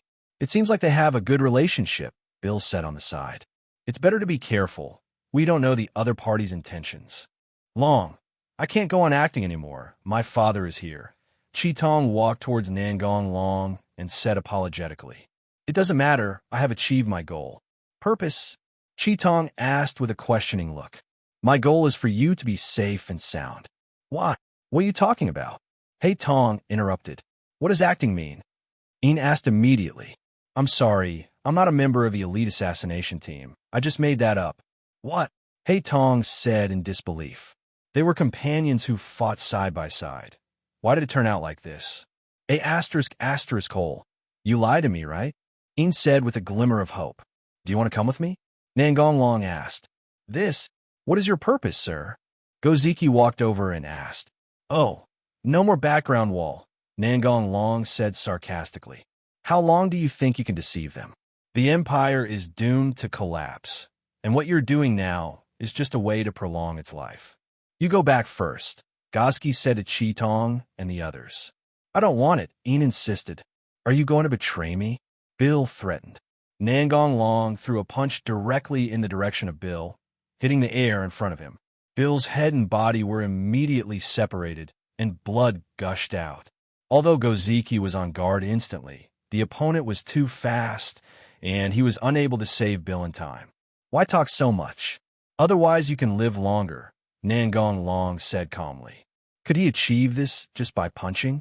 But did he underestimate him? Goziki thought. "Is it for me?"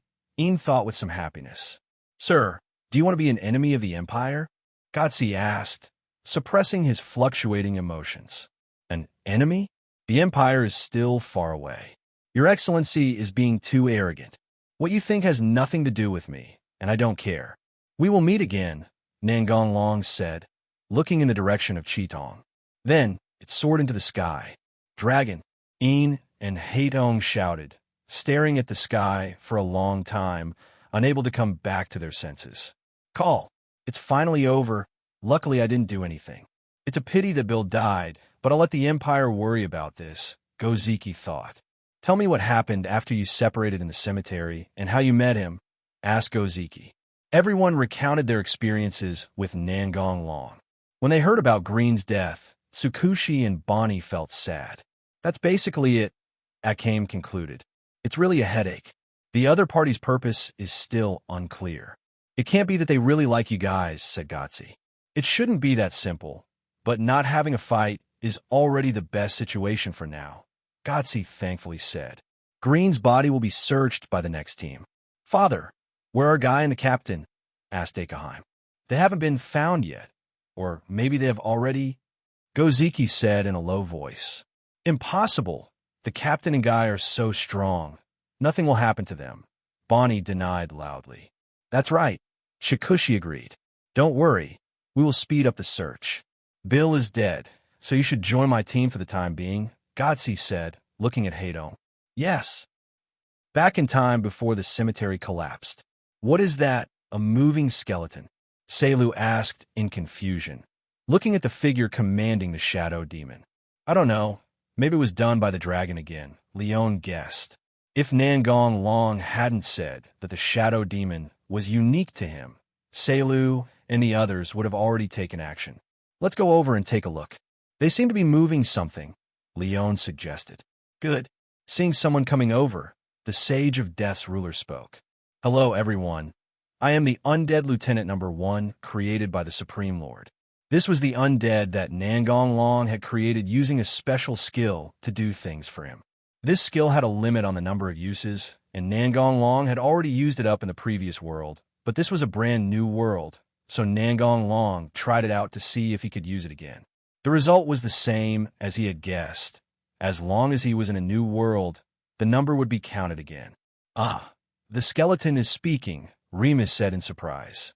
The others were also surprised. At first they thought the other party was just wearing a skull mask, but as soon as he opened his mouth, they realized that he was really a skull. Is the supreme being you're talking about Nangong Long? Sai Lu asked, after calming down. Yes. What do you mean by creation? Wu Min asked. Literally, you created me from nothing. Is this really within human reach? Teiko couldn't help but say, human? Adults are not those low-level creatures, but although Nangong Long had previously instructed not to be hostile to Seilu and the others, as they were all family members, the adjutant couldn't help but say a few more words when he saw that humans were being compared to Nangong Long. I'm sorry, I said too much. I'll have to apologize to you later. Low-level creatures? Are you looking down on humans? Wu Min said angrily. Let's put this matter aside for now. You didn't finish what you just said. Leon stopped the angry Wu Min and spoke. That's true, but I've made a mistake, and I won't say it again.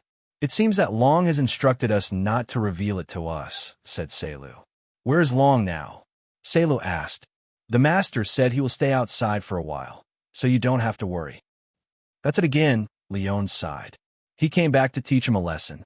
He actually left us without a word, Sai Lu said angrily. What are you doing? Cole asked as he looked at the shadow fiend moving back and forth, carrying the treasure of Potora. So, as long as we go through that portal we can reach Potora. That's right, but the master has forbidden you to go there. Why? Saluo asked. Potora will collapse soon, and the Lord does not want you to take any risks. What should we do with Long, Duke, sir? Several voices sounded at the same time. It's just a small collapse, insignificant to adults. Forget it, Seryu. Let's just wait for him to come back home, Leon said. All right. However, this number is really astonishing, Leon said with emotion as he looked at the gold coins piled up like a mountain in front of him. Since Putola's treasures were not piled up in one place, Nangong Long did not go directly to receive the storage space, but asked Shadow Demon to move it back. Nadshin should have defected recently. The timeline is too vague. We can only take it one step at a time. The message that came to his ears interrupted Nangong Long's thoughts. Sir, Adjutant number 7 has something to report. Explain. Yes, sir. My team has found a dangerous species that looks like what you said. It has been subdued. I wonder if you would like to come over to confirm it. About what location? Northern border, deep in the snowy mountains. Keep an eye on it. Yes. Just go for a while. If anything happens here, just come back. Nangong Long left Shadow Demon behind to continue the activity and immediately set off for the northern border. Nangong Long rushed to the snowy mountains and then searched for the unique scent of the undead and found Adjutant number 7. Greetings, sir. The adjutant knelt down. Get up. Sir, this is the dangerous species I caught. It's really Tyrant, Nangong Long said to himself as he looked at the super dangerous creature that was bound in place by magic. Not long after Nangong Long came to this world, he created 10 undead lieutenants and had them disperse around the world to search for corpses and create an undead army. At the same time, he had them keep an eye out for some super dangerous species that could fly. Among them, Tyrant ranks first, because it is a super dangerous species that Nangong Long is more familiar with, and it can also demonstrate strength, so it is just right to use it as a mount. You did a great job. It is my honor to serve you. Are you still struggling? But it's in vain, Nangong Long said as he looked at Tyrant, who was still struggling to break free from restraints. Despair aura death deterrence. The terrifying black aura radiated towards Tyrant. Feeling the chill invading the depths of her soul, Tyrant trembled with fear.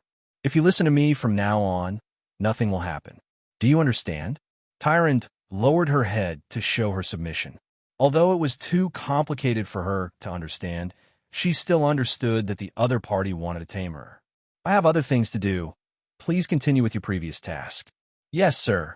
Nangong Long removed the binding magic, climbed on a Tyrant's back, pointed in a direction, and said, Fly in this direction. Wilderness. The Empire will definitely send people after us, said an officer. The person who will come must be her, Esdeath. Najeshidan said affirmatively. Even if it's her, as long as we have mine and the general's imperial weapons, We won't lose, the adjutant said confidently.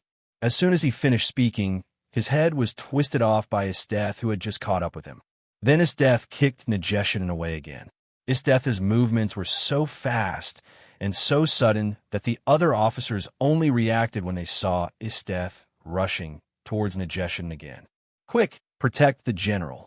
The weak should not come and get in the way. Everything freezes in front of me. No, Nageshidan yelled. General, hurry up. Before he could finish his words, the officer was completely frozen. I'm going to kill you. Najinsada raised the pumpkin turret, aimed at Esdeath, fired a huge bombardment, then immediately turned around and fled.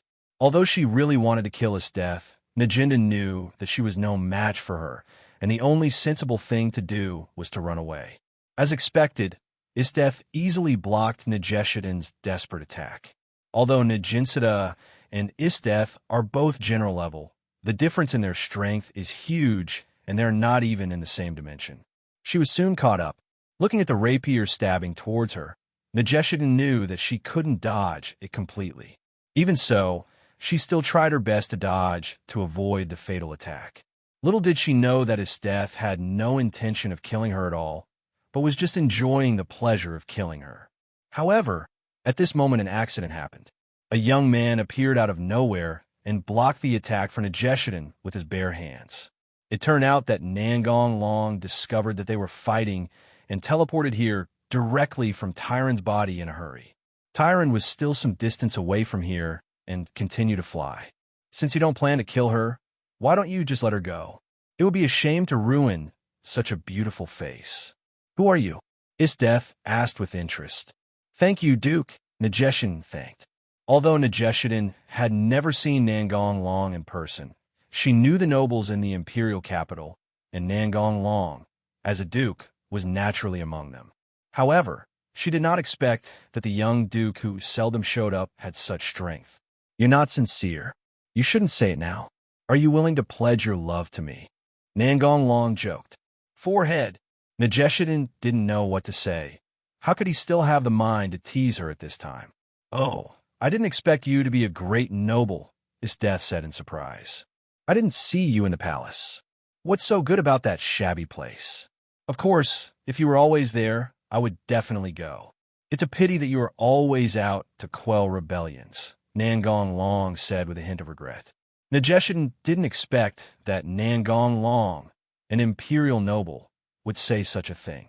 As for the last sentence, she just thought that he was courageous and not afraid of death. You dare tease me? Let me see if you have the ability to do it. While speaking, Esdeath swung her sword quickly towards Nangong Long, with such speed that an afterimage was left, but Nangong Long was able to resolve them one by one with his extraordinary strength. In a moment, the two sides had fought for dozens of rounds, which shocked Nageshidan.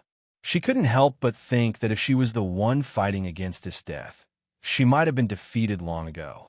Seeing that her attack had no effect at all, Esdeath stepped back, keeping some distance, and said, You're the first person who can fight me for so long. From now on, I will give it my all, Esdeath said excitedly. Be careful. She can control ice, Nageshidan warned. Leave this to me. You go first. Okay, Nageshidan said decisively. She knew that if she stayed, she would only be a hindrance. Remember to pledge yourself to me next time we meet, Nangong Long added after thinking for a while. Nageshidan, who was running away, paused for a moment, then continued running forward as if she had heard nothing. Nageshidan ran away, but Esdeath ignored her because she had found something more interesting to do. Icicle. Nangong Long punched directly and broke the huge ice block that was attacking him. Ice Spear Forest. Imperial Fist 100 Splitting Fist. Everything is frozen. It's useless. You can't beat me. Forget it. No, I haven't had enough fun yet. But I'm going to run away, Nangong Long said with a smile. Seeing Nangong Long smile, Esdeath's heart inexplicably beat fast. Let's go. Looking forward to seeing you next time. Nangong Long jumped up, jumped onto Tyron's back, and flew away. It's Tyrant, Esdeath said in surprise. The fierce battle just now made her not notice Tyrant approaching. Since there was no way to catch up, she simply gave up. What was that feeling just now? Esdeath murmured, touching her chest. At night, in Takeo and Cole's room. Meowsy, what do you think? Cole asked. Me? My master is dead, and my reason for belonging to Oberg is gone. He saved me again, so I plan to stay, and we can be friends here, Takeo replied. I see. Then what do you say I should do? Do you think the information he showed me is true? Cole asked hesitantly. In fact, she already had the answer in her heart, but she just didn't want to believe it. Well, I have also read those materials. They're not fake. This is the current situation of the Empire. I know it's hard for you to accept. After all, it's completely contrary to the education you received since childhood, said Mio with understanding. Looking at Cole, who didn't know what to say, Takeo continued. Haven't you seen the real lives of the people these days? There's no need to question it anymore. I understand all this, but if I admit it, then what is the point of all the efforts my teammates and I have made over the years? Cole said sadly. How can it be meaningless? We met, didn't we? Although the process was a bit unpleasant, the result was still good, wasn't it? Takeo comforted. Thank you, Takeo. I feel much better, Cole said with a forced smile. I want to go back to find my companion. Do you think you will agree? Although we haven't been together for a long time, I think you will agree. What do you want to do when you get back? Of course, I will tell my companions the truth. The Empire has deceived us. Even my father is a liar, Cole said, holding back tears. Do you think they will believe it? I know they will find it as hard to believe as I did at first, but I'm going to do it anyway. Is that so? Then when he comes back, I'll go ask him. Inside Celiu and Leon's room. Leon, what do you think Long will be doing now? He's probably teasing girls. I'm serious. Stop joking. He must be doing something important. Then tell me, what exactly does that skeleton mean? I don't know. Maybe the dragons are too strong, and he can't tolerate comparing humans to dragons. Or maybe it's just the literal meaning. You mean the dragon might not really be? Celu said in surprise. Forget it. I don't want to think about it anymore. I'll just wait for him to come back and ask him in person. Then I'll know everything. In Wu Min and Remus' room. Remus, are you asleep? Not yet. I'm thinking about my brother the Duke and can't sleep. Wu Min, what are you thinking about? I'm thinking about the Duke too. I like my current life very much. It was the Duke who saved me from the abyss. So no matter what the truth is, I will stay and accompany him. Yeah, me too. Temporary girls' tent. Hey Tong, where do you think Long is now? Ian asked. Have no idea. Akaji, are those things Long said true? Tsukushi asked. I don't know, but I don't think he's a bad person. It must be fake. How could the Empire be destroyed? Hey Tong said. Why would he lie to you? Bonnie asked. It should be to gain our trust as quickly as possible. Ian explained. Yeah, Hey Tong agreed. I had a good feeling about him, and what he said at that time was super cool, Bonnie said. When and what was said? Ian asked nervously. When he hugged me, he said, your weight won't have any effect on me at all. That was a very tough statement, wasn't it, Tsukushi? Bonnie recalled. Tsukushi seemed to remember something embarrassing and her face turned red, which was particularly cute. You only know how to flirt with girls. I worried about you for nothing, Ian thought angrily. Who exactly is Long? Hey Tong said. It should be a high-ranking official in the Empire. After all, he knows us so well, Akaji guessed. Didn't he say we would meet again? Tsukushi said. I'll teach him a lesson next time, Ian said. My beloved concubines, I'm back. Did you miss me? Nangong Long shouted as he pushed the door open. You still remember to come back, said Leon, who came out of the room after hearing the voice. Who is your beloved concubine? Sai Lu, who came out next, choked, but his eyes were full of smiles. They were almost used to Nangong Long's casual teasing. Don't be so heartless, Nangong Long shrugged. Wu Min, what is a beloved concubine? Remus asked. It's nothing. You don't have to worry about it, Wu Min explained with a blushing face. Oh, Remus nodded in reply. You look so happy. Did something good happen? Cole asked. He must have kidnapped another girl, Mio guessed. You guessed wrong, Meowsy. I didn't bring back any girl this time, Nangong Long said with a smile. Did the sun rise from the north today? Leon teased. Am I this kind of person in your heart? Nangong Long said, pretending to be sad. Right? Haha, I think so too. Leon had never seen such a shameless person. Isn't it time for us to settle accounts with him? Selu reminded. Right? Yes. That's nothing. Nangong Long pretended to be stupid. What do you think? Sailu said, pinching Nangong Long's shoulder. Can you please go out and take a look at the dangerous species I brought back first? Then we can talk. Yes, but there is no use in delaying. That's it, what do you think? Roar. Seeing the creature in front of them, Leon and the others were dumbfounded and couldn't recover for a long time. Nangong Long kicked Tyrant and said, What if I scare my concubines? Tyrant suddenly became intimidated and hung her head. Meowsy, pinch me, said Cole, who came back to his senses first. Ah, you're pushing too hard, Cole yelled. Didn't you let me do that? Mio said with a smile. Cole glared and said, I'm not dreaming. It is really the extremely dangerous Tyrant. As members of the Assassination Team, they undoubtedly all knew Tyrant. Leon and Celia were shocked by the other party's powerful aura. Where did you find it? Leon asked. Northern border. Now you can tell me who you are? Selu asked. Or is it that our relationship is not enough for you to tell it? Leon said. I'll stay no matter what, Wu Min said. Yeah, me too, Remus agreed. The others also nodded to express their attitudes. There's nothing to worry about. We're not leaving, Leon said with a smile. I'm really happy that you can say that. I didn't intend to hide it. I just wanted to find a suitable time to tell you. Actually, if you had taken action, you would have known it long ago, Nangong Long said with a smile while looking at Leon. The others looked at Leon with questioning eyes. Don't look at me. I don't know either, Leon said embarrassedly. What are you talking about? Do you remember what I said to you a long time ago? What? You'll know when you come to sleep with me, Nangong Long said with a wicked smile.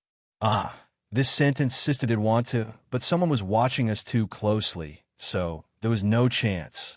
Leona glanced at Ciro and said with a smile. I didn't sigh, you shouted. Hey, you're shy, Leon teased. What does this have to do with the Duke's identity? Wu Min interrupted. Leona, come here for a moment, Nangong Long said without explaining. What? Although he was asking the reason, Leona still walked in front of Nangong Long as he was told. Nangong Long grabbed Leona's hand and exerted force, causing Leona to fall into his arms. What are you doing? Selu stood up excitedly and asked with a red face. That's right, Wu Min echoed. I want one too. Remus joined in the fun. Really, how can I put it? Mio muttered. It's nothing, Selu. You will understand soon, Nangong Long explained. Why, you can't wait? Leon responded and teased. Your idea is good. Let's put it into practice someday. But do you feel it now? What? Nangong Long hugged Leona even tighter, making her whole body pressed against him. Selu's cheeks puffed up with anger. Wu Min thought enviously, I also want to be hugged. Hey, am I feeling wrong? Leon moved his body and put his ear against Nangong Long's chest. Really not. Leon looked at Nangong Long in disbelief. What's wrong? Is there something wrong? Seeing Leona's expression, Ciro knew there was a problem and asked hurriedly. The others also looked over. Leona ignored him and stared at Nangong Long, asking, Why do you have no heartbeat? What? The others asked in surprise. Really? How did you survive without a heartbeat? Because I'm an undead. My heart has already stopped beating. Undead, that word again. The previous skeleton also mentioned it. What does it mean? The undead, to put it simply, are creatures that have died but for some reason have revived and are walking the world, hating all living beings. Resurrection? Selu asked excitedly. No, the moment you become an undead, you're already a completely different race. You will not have any memories of your past, and you will only have simple instincts, not even self-awareness. But the skeleton lieutenant before was very intelligent and didn't have any hostility towards us, Leon asked. That's because of my order. Nangong Long further explained the detailed classification of the undead. Is that so? I've never heard of this before.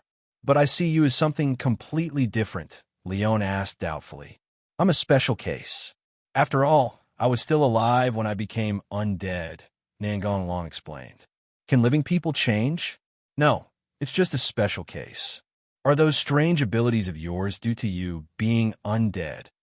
About that, that's basically it. Nothing, just gave me a scare, Leon said. Indeed, compared to the Imperial nobles, you are still pretty good, said Teiko. Let's gather together, said Tsukushi. Uh-huh. You two have always been so close, Tsukushi said while looking at Akame and Kurome sleeping together. There is a new mission. We'll be there soon. The enemy this time is very difficult, and many of our spies have been killed. This time the mission is to sneak into the small town of Shueyan. Get ready. We'll leave later. Will you come again this time? Be *******D. Long in thought. You can ask for information in this Chamber of Commerce. Work in groups of 3, do business, and find the enemy at the same time. Yes. Red Eye Group. It's here. I heard you can catch Roman crabs here. Akaheim and the others stewed the Roman crabs they caught and planned to taste it. This taste, it was so delicious. As a result, he couldn't help himself and ate all the crabs he caught. Sorry, Akahima said embarrassedly. It's okay. Silver Group. Just leave everything we need to do to me. Bonnie said energetically. How about we go and resell some local specialties? Nadhara suggested. Can. Set off. Sun and Moon Swamp. You're almost discovering me. It's so boring. I wish I could meet someone in the same profession earlier. Chelsea, give me another drink. We agreed that you would take us with you this time, Selu said. Well, let's go together. Tyrant, let's go. This is my first time riding a dangerous vehicle, and it feels pretty good, Leon said excitedly. Remus, feeling a little scared, moved closer to Nangong Long. By the way, you could take off the disguise ring now. Is it okay? Wumin asked. Well, that's no longer necessary. Where are we going this time? Cole asked. Water Cloud. What are we going to do? Asked Celio. Oborg has run into the Imperial Assassination Force. Let's go join in the fun. It looks like the Assassination Team is going to be wiped out, said Mayoko. What? Cole was shocked. What's going on? Cole asked, staring at Teiko. Oborg is very strong, and the leader Mera is even more terrifyingly strong, Teiko explained. Long, we have to speed up. I want to save people, Cole said anxiously. It's safe. It will definitely be in time, and you don't have to follow whatever Mio says. I didn't lie, Mio said unhappily. I know, but you didn't take Mira's character into consideration. Personality? Lady Mera is a little strange, but does that matter? Teiko asked doubtfully.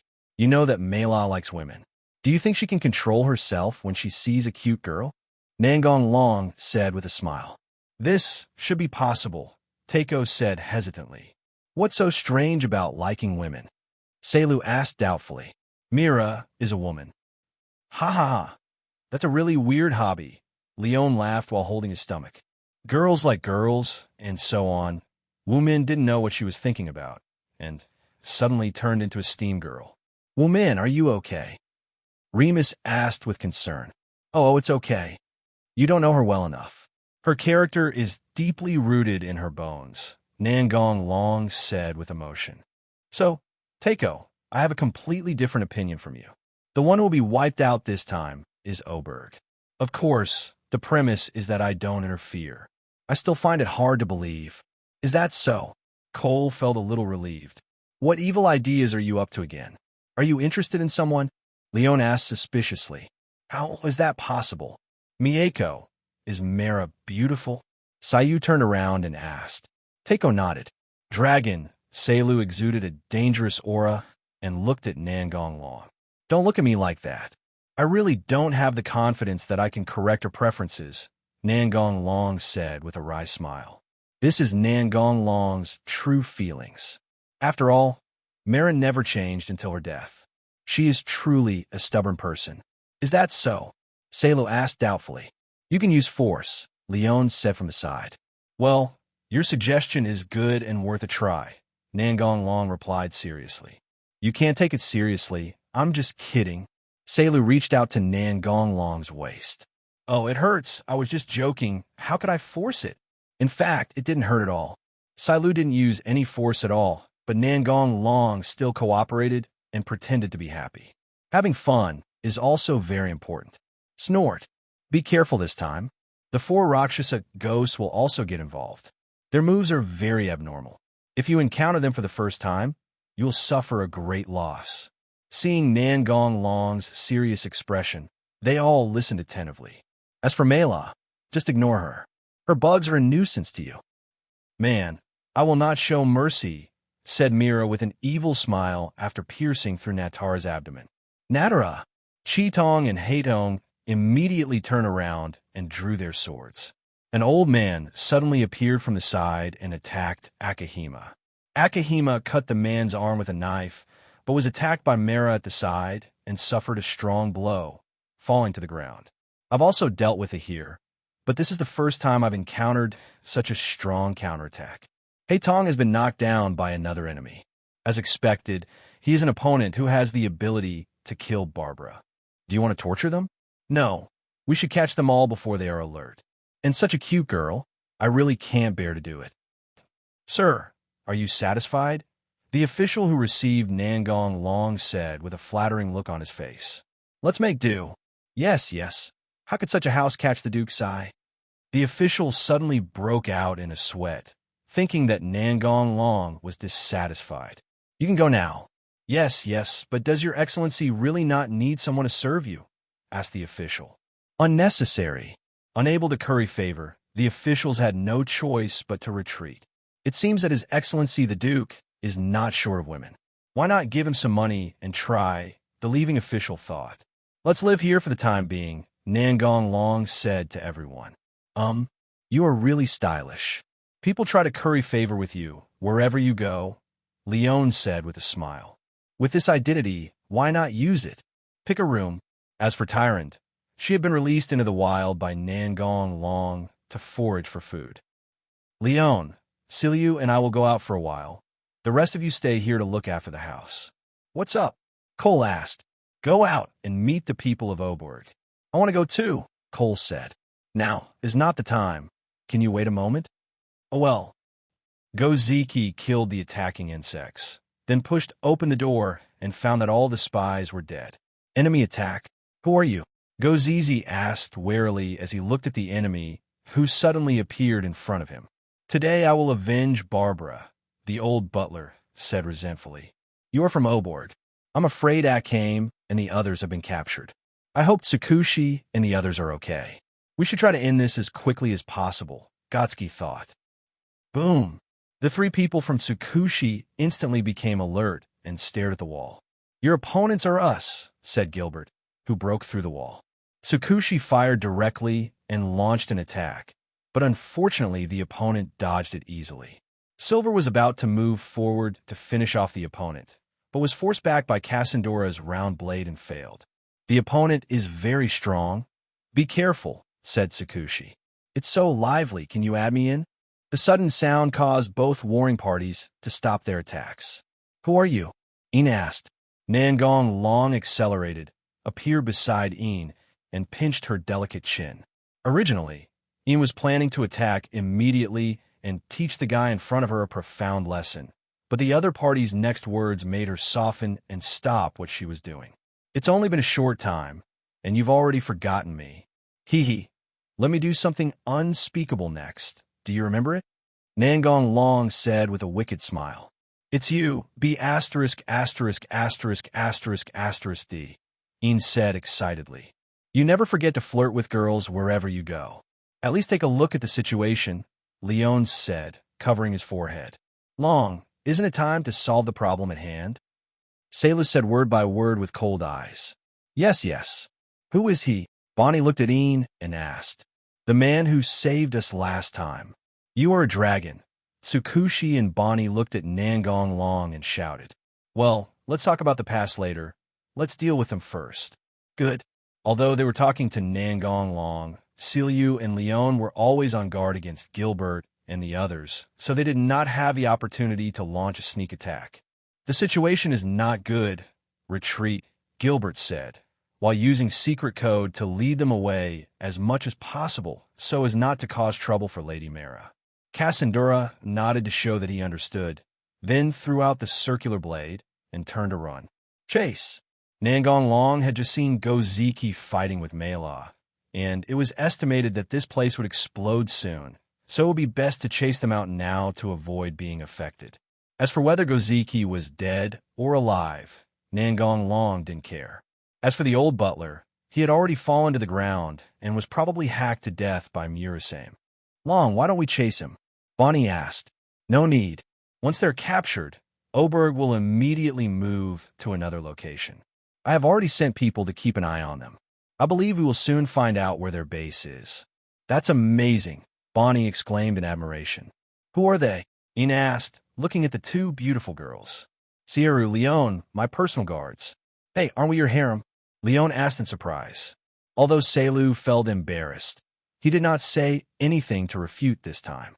If you're willing, I would love it, Nangong Long said with a smile. H. harem, Tsukushi stuttered. You are really a pervert, Inchi said. Just smile. You're also cute when you're angry, said Nangong Long, pinching Yin's face and pulling them to both sides. Let go. Gozizi is coming. Is father here? Bonnie said. Are you leaving again? Ian asked. Yes, if possible. Don't tell Gozizi about seeing me. Why? We will meet again soon. Remember my words. The Empire has long been corrupt and is no longer just. Nangong Long did not answer but said, You're talking nonsense, Bonnie and Tsukushi retorted. Ian didn't say anything because she had seen with her own eyes that injured companions were dealt with. Is that really justice? You should have seen the poor life of the people. That is not an isolated case. In fact, most people in the Empire live like this now. That's not our business. The top management will naturally find a way, said Tsukushi. It's a pity that the top brass are rotten to the core and won't do anything about it. Think about it carefully. Let's go. Are you okay? Asked Ozeki, who had just arrived. Fine. Father, how are you? Bonnie asked with concern, looking at Goziki, who was covered in wounds. It's not a big deal, but I have to hide for a while. How did you escape? Tsukushi gave a brief account of what happened, but omitted the part where Nangong Long appeared.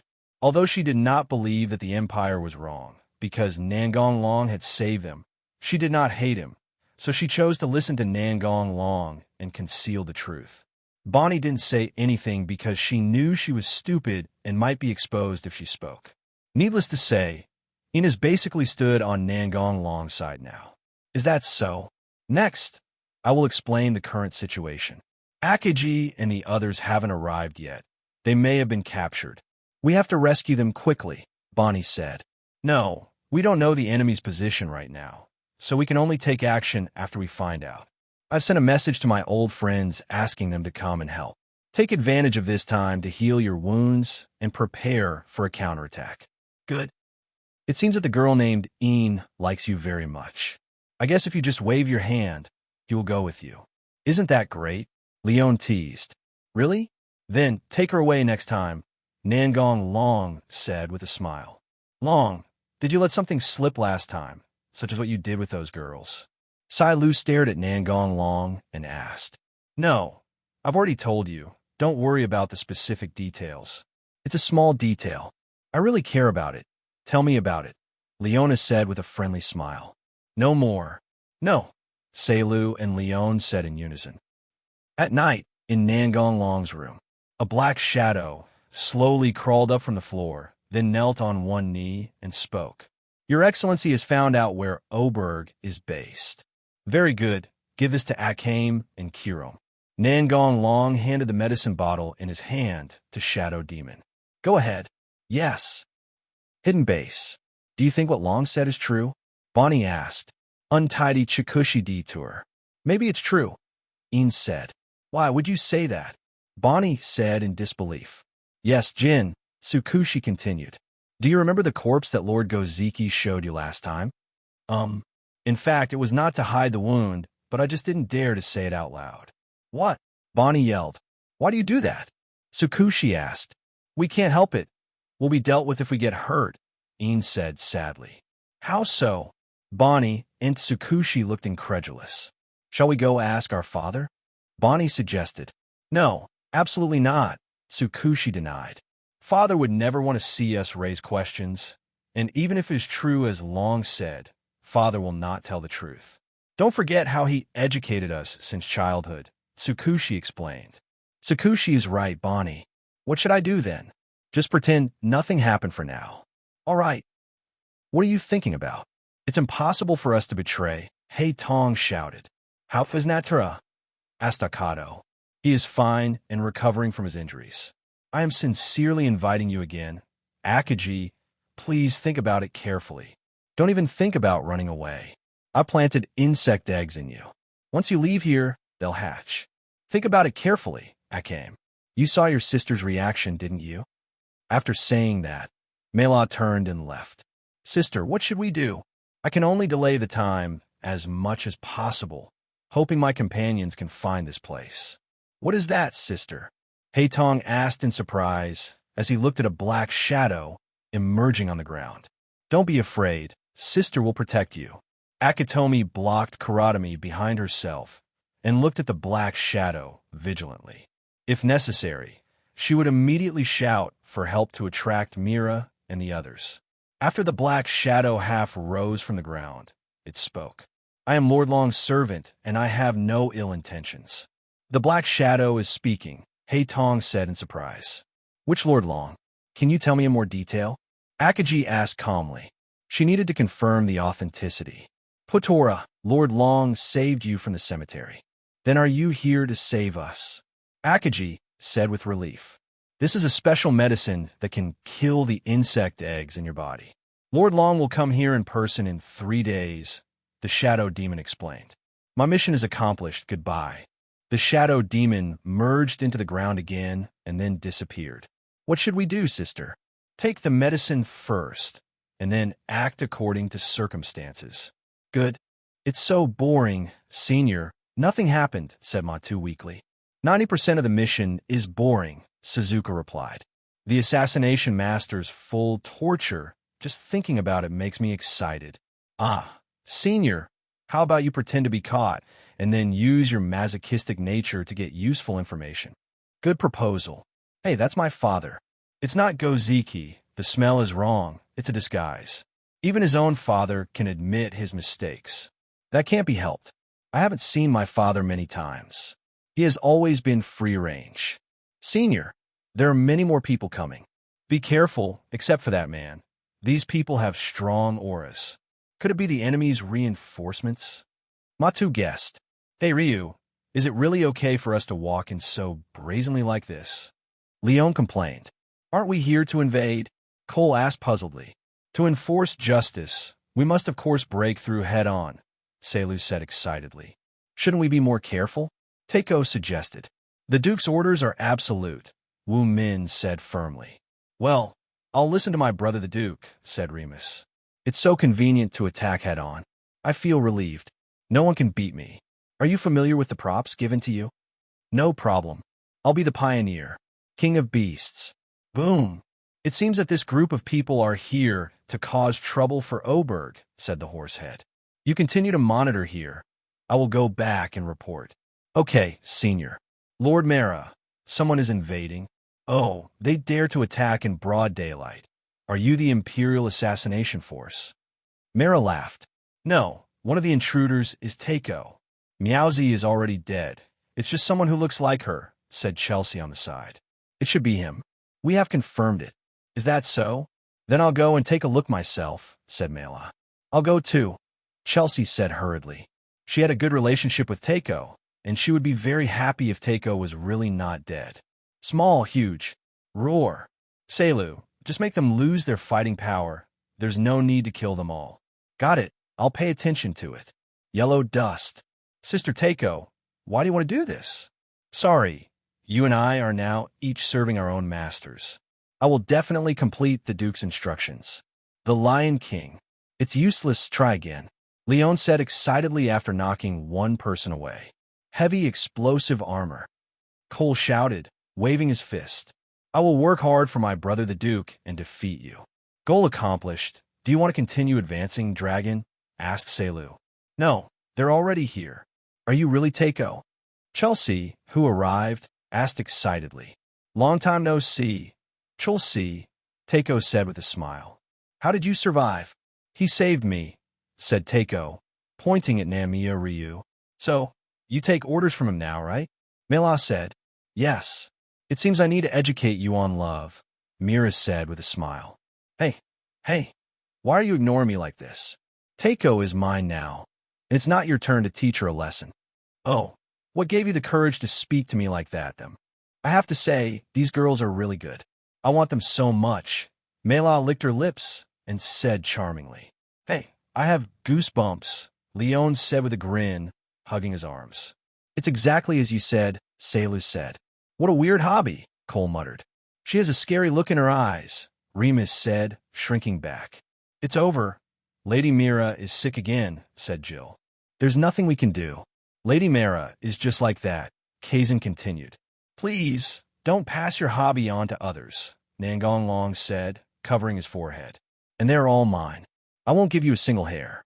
As for who gave me the courage, it was of course my strength. Haha, I can't tell it all. It's useless to say more. Just beat him up and then talk. Teoko, I'll leave Chelsea to you. I'll take care of Mela, and you guys can handle the rest. I surrender. You are so straightforward. There's nothing I can do. I can't beat you, Teiko, said Chelsea with a shrug. Looking at Mara, who was about to release the bug, Nangong Long decisively cast a spell. Time stops. Touch of death. Let's call it a day, said Nangong Long, clapping his hands. What did you do to me? Mira said weakly as she fell to the ground, unable to move. Mrs. Mara, go and save the adults. This is too fast, Wu Min said. He probably used that trick again. I didn't feel anything just now, Leon muttered. The dragon has already resolved the battle. We also need to speed up, Sai Lu said with full momentum. Yes. I'm sorry, girls don't like bugs, so I can only make it quick and easy, Nangong Long said, answering the question irrelevantly. Actually, I still want to have fun with you. Why can't I move? Mira asked unwillingly. You want to know, but I just won't tell you, Nangong Long said with a smile. I didn't expect you to be so strong, said Meowsy in surprise as she approached. I always say that I'm very strong, Nangong Long said casually, spreading his hands. Meowsy, who is he? Asked Chelsea. I'm Nangong Long. You'll just have to follow me from now on. The Revolutionary Army has no future. Forehead. Meowsy, let's go a little over there, said Chelsea, pulling on the corner of Meowsy's clothes. Sister, there seems to be some movement outside. Maybe the dragon is coming. Should we take action then? Well, go get your weapons first. Okay, let's go. It's all done, dragon, Leon said. Good. Mira, what do you think? Nangong Long squatted down and looked at her and said. Seeing that Mela didn't speak, Nangong Long continued. He was so confident that he could easily annihilate us, but ended up being defeated miserably. Was it a surprise? Was it unexpected? Was it exciting? What a bad taste, Cole complained. I didn't expect you to have such a hobby, Sayla said. No, it's not a hobby. It's just something I do occasionally. What are you going to do with her? Asked Teiko. That depends on her. What is your purpose? Mela asked. I think you guys are pretty good. How about working for me? Consider it. The salary is good, and food and accommodation are provided. Before doing this, shouldn't you first clarify your identity? That's right.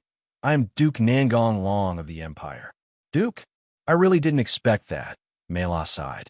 So, you want me to work for the Empire? No, it's for me. It has nothing to do with the Empire. Nangong Long shook his head. Oh, tell me what you want to do. Wouldn't it be fun to start a rebellion? Nangong Long said with a smile. Rebellion? Sounds interesting. I'll join, said Mara.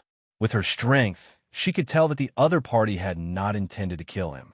The subordinates lying on the ground had simply lost their ability to fight. However, if I refused, I wouldn't be sure what would happen. So, I had to agree temporarily and look for a chance to escape later. Don't have any bad ideas. I can find you wherever you go. How could that be? Mela said stubbornly. Are you wondering why I know what you are thinking when you haven't revealed any flaws? You can read minds, Mira said in surprise. Who knows? Nangong Long said with a smile. Afterwards, he patted Mela gently and lifted the magic effect. After being frightened by Nangong Long, Mela calmed down a lot. If I hadn't agreed just now, what would you have done? Kill me? Mara stood up again and asked Nangong Long. Well, I'll send you on your way, said Nangong Long. Akame, who had just rushed over, saw the familiar figure and shouted, Sister Cole, is that you? Red eyes. Wu Min, Lei Mu Si Hei Tong also shouted. Haven't seen you for a long time. Black pupil. What's going on? Here's what happened. Next, Cole and Wu Min briefly explained what had happened. Thank you for saving Sister Cole. Thank you for saving Wu Min and Lei Mu Si, the two sisters said. Nangong Long stretched out his hand and rubbed the two sisters' heads with a little force, messing up their hair, and said, Don't be so polite to me, but we still have to thank you. Mira, wake up your people. Let's get out of here. What's wrong? Dragon. Let's talk about this somewhere else. Where did you lock Natera up? Asked Akame. This expression is not pretty, Akame. Hurry up and tell me, or I will bury you even if you're not my enemy now. Oh, I see. I'll have someone bring him over. Natera, Hei Tong shouted as he looked at his companion, who was covered in wounds. Akame glared at Mara fiercely, resisting the urge to draw her sword and chop the other person. This man is very stubborn. No matter how hard he was tortured, he didn't reveal a single bit of information. Brother Duke, Remus said to Nangong Long with her cute big eyes. Don't worry, I understand what you mean. Well, it is also a leader's responsibility to take responsibility for the mistakes of subordinates. Hei Tong, get out of the way and leave him to me. Hei Tong moved aside as she was told. She still trusted Nangong Long very much. After all, he had helped her many times and saved her companions. With such an injury, it seems that I can't take medicine anymore. Then what should we do? Wu Min asked hurriedly. She knew that Nangong Long had a magic potion that could heal any injury after drinking it, but she thought it would probably not be much. It's okay, I have a plan B. As he spoke, Nangong Long stretched out his left hand and cast a spell. The grace of God. The dazzling golden light enveloped Natera, and soon his wounds were healed, and a ring on Nangong Long's left hand shattered and disappeared. People who were not familiar with Nangong Long were so surprised that they were speechless. Even Natera, who had just recovered, was in shock. You also know this move? Leon came closer and asked. I can't do it by myself. I rely on the power of props. Come back to your senses, Mela. Take your people. We are leaving. Akato, you guys come here too. And Takeo, keep an eye on Chulsi. Don't let her run away. Why would I run? Chulsi said embarrassedly. Portal. What is that? Asked Chi-Tong. Let's go. You'll know when we get there, Cole said with a smile. If the other party wanted to kill her, they could have done it just now. There was no need to wait until now. So Mela and her subordinates walked in decisively. Where is this? Looking at the completely unfamiliar environment in front of him, Akaji asked first. Northwest frontier. You mean we crossed from the southeast to the northwest of the Empire in an instant? Mela said in disbelief. These are just small things. You'll get used to it in the future, Leon said. Is it the power of the Imperial weapon? Mara guessed. This is it, Nangong Long muttered, looking at the open space in front. What are you going to do again, Dragon? Asked Selu. We can't talk in the open air when we build a house. Fortress creation. A fortress appeared out of nowhere before everyone's eyes. Ferocious statues of demons stood in all directions, making people feel cold all over. Let's go inside and talk. Oh, okay. It feels like it's a lot bigger in here than it looks from the outside, Leon said. Your feeling is correct. Space technology has been used to expand it. Is this also the power of the tool? Asked Selu. I can do this kind of thing by myself. No props needed, Nangong Long said, shaking his head. Oh, Nangong Long led everyone to the hall. Everyone is tired. Let's find a room to rest after eating, said Nangong Long, who was sitting at the dining table. If you have any questions, you can come to me, Nangong Long said to Mela. As for you, Akame, Cole and Wu Min will tell you. The other side. What's going on inside the horse's head? Asked Gozizi, who came rushing over. No movement. I guess it's over. Let's sneak in and take a look. Let's go. We are a step late. There is no one here, Zhu Tian said. Ma too. Did you see anyone go out? No, I didn't notice it at all. Father, what about Chi Tong and the others? Let's go back. We can only let the spies continue to investigate. Troubles keep coming one after another, Gotsi sighed. Are you still going to leave, Akaji? Cole asked. Well, Tsukushi and the others are still waiting for me to return. I won't tell my father about Sister Cole's affairs, and I will find out the current situation of the Empire myself. The other side. Hey Tong, Nadera, please stay, Wu Min said to persuade her stay. My companions are still waiting for me, and I will go with my sister to find out the truth. Whatever you want to do, just do it. I'm here for you. You are welcome to come to me anytime.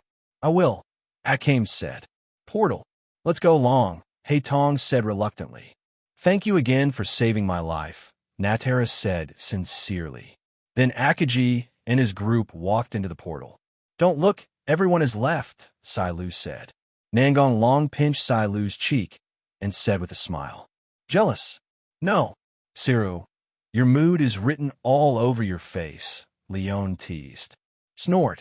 Mara, do you understand your mission? Nangong Long turned around and said, No problem, but how do I contact you? I will send a subordinate to you later. When you want to see me, just ask him to use the portal. Is there anyone else who can use it besides you? Mira asked in surprise. Of course, it's not a very difficult magic. Looking at the figure approaching rapidly in the distance, Mira became alert instantly. No need, he's mine. Hearing this, Mela relaxed. It was a completely instinctive reaction just now. The oppressive feeling given to her by the other party was too strong, and the closer she got, the stronger the feeling became. It was not until the other party stopped that Mela could see the man clearly. He was wearing a dark and hideous armor, with an ominous bloodlight in his pupils. He carried a huge blood-red sickle on his back, like the scythe of the god of death. Just standing there was enough to make people feel scared. Greetings, Your Excellency. Get up. This is Death number 1. He will be your colleague from now on. Death? Codename? Mara asked. Number 1, take off your helmet. Yes, sir. The moment number 1 took off his helmet, Mela was stunned. She even suspected that she was hallucinating, because what she saw was a skull instead of a human face. Okay, number 1. T, is this true? Mira stuttered. Is there really a god of death in this world? Mara said in disbelief. You'll get used to it. I felt the same as you when I first saw you, Mio said with emotion. It's just that, how should I put it, a being that has always existed in legends suddenly appears before my eyes. It always feels a little weird. Where did you find the god of death? And he even controlled him, asked Mira. Where can I find it? It's still unclear whether it exists in this world. Where did the god of death come from? I created it. Did I hear you right? You said create. Mela said with her eyes wide open.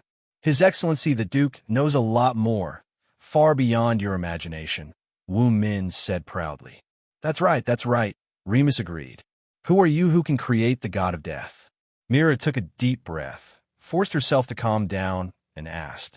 Your Excellency is the undead king who is above us undead and controls everything, said Death number 1 respectfully. The immortal king? I am becoming more and more interested in you, Mara said with a smile. It's better for you not to have any interest in it, Seilu said warily. Why? Are you afraid that I will snatch him away? To be honest, I prefer you guys right now, Mela teased. Give up? I will never like you, Seilu refused. That's right, Ciro, we'd better stay away from her, so as not to be led astray by her, Leon said. Mara, Nangong Long's low voice sounded. It's just a joke, don't take it seriously, Mela said quickly. It's better this way. Let's go home, Nangong Long said to Sai Lu and the others. As for you, if you want to come, you can. Number 1 can bring you here. Okay, I'll go after you explain everything, Mela responded with a smile. The materialized gods of death are more warrior-like, and their magical attainments are not high, so Nangong Long only created 3 of them. The remaining 7 are all sages who rule over death, used to create an army. Ma too, are you sure you didn't see it wrong? Goziki confirmed, holding up the portrait in his hand. It must be correct. The senior was there at the time. What a trouble. The Duke is actually involved in this. And is this person Cole? He should just look similar. After all, I saw Cole's body with my own eyes, so it can't be fake, Goziki thought to himself. If Ian was present, he would definitely have the same question, because Wu Min and Remus were also in the portrait. But this time, she, Tsukushi, and Bonnie were in another room. "Which one is the Duke?" asked the horsehead. "That's the man. What should we do next?" Zhu Tian asked. "For the time being, let the spies go out and investigate. We'll take it one step at a time. I hope we don't get into any big trouble. Why don't we report it to the minister?" Ji suggested. "Forget it. Let's wait and see." Gotsuki refused. Tsukushi, who was on guard duty, saw Akame and the others and ran over and shouted, "How did you escape? It was the dragon that helped us." "It's him again? I always need his help every time," Tsukushi sighed. "I'm glad you're okay. I'll take you to see your father. Once we know you're okay, we'll all be relieved." Bony Jin, look who's back," Tsukushi shouted. "Red eyes. Black pupil, Natara. I'm so glad you're all right." "That's it." Akaji slightly elaborated on what happened after being captured and told it to Gotsi. "Well, this result is not bad. It's a pity that Oberg wasn't destroyed." According to Akahima's narration, Oberg was defeated and fled, instead of joining Nangong Long. "But I didn't expect that the usually low-key Duke actually has such a powerful team," Gotsi said with emotion. Akaji didn't say that Nangong Long was the armored man of Potola. Otherwise, Goziki would be even more surprised. He has secured the throne of Duke at such a young age. He must have some extraordinary qualities. Otherwise, how could he survive in the imperial capital? Ji said. "What does this mean?" asked Chitong. "Nothing. This is not your concern. Ji, you've gone too far." Ji kept his mouth shut. He knew he had said too much accidentally. These kids had been brainwashed, and it would be bad to make them suspicious. Anyway, this matter is over for now. As for Oberg, we'll wait until the spies find out. Akato, you guys should go down and rest first. Adjust your mindset, and wait for the next mission. Yes, in the girls' room. Akaji, is there really someone who looks so much like Sister Cole?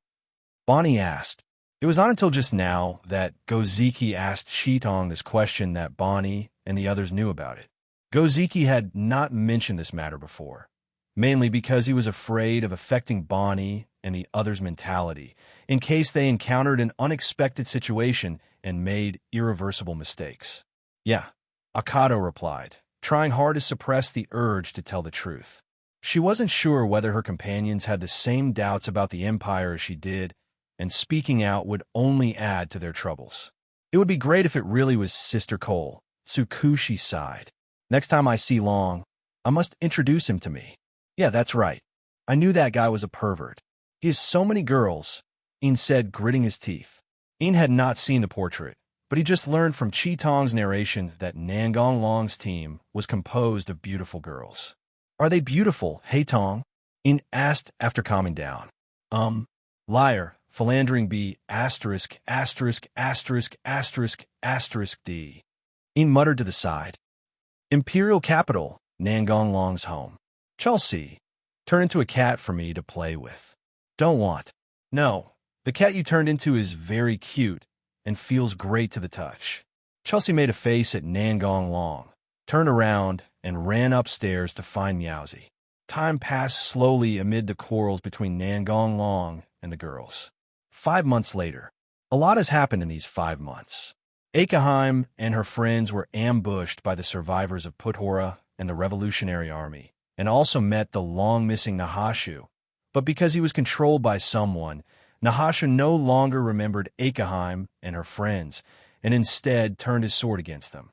In the end, Gozizi had no choice but to kill him.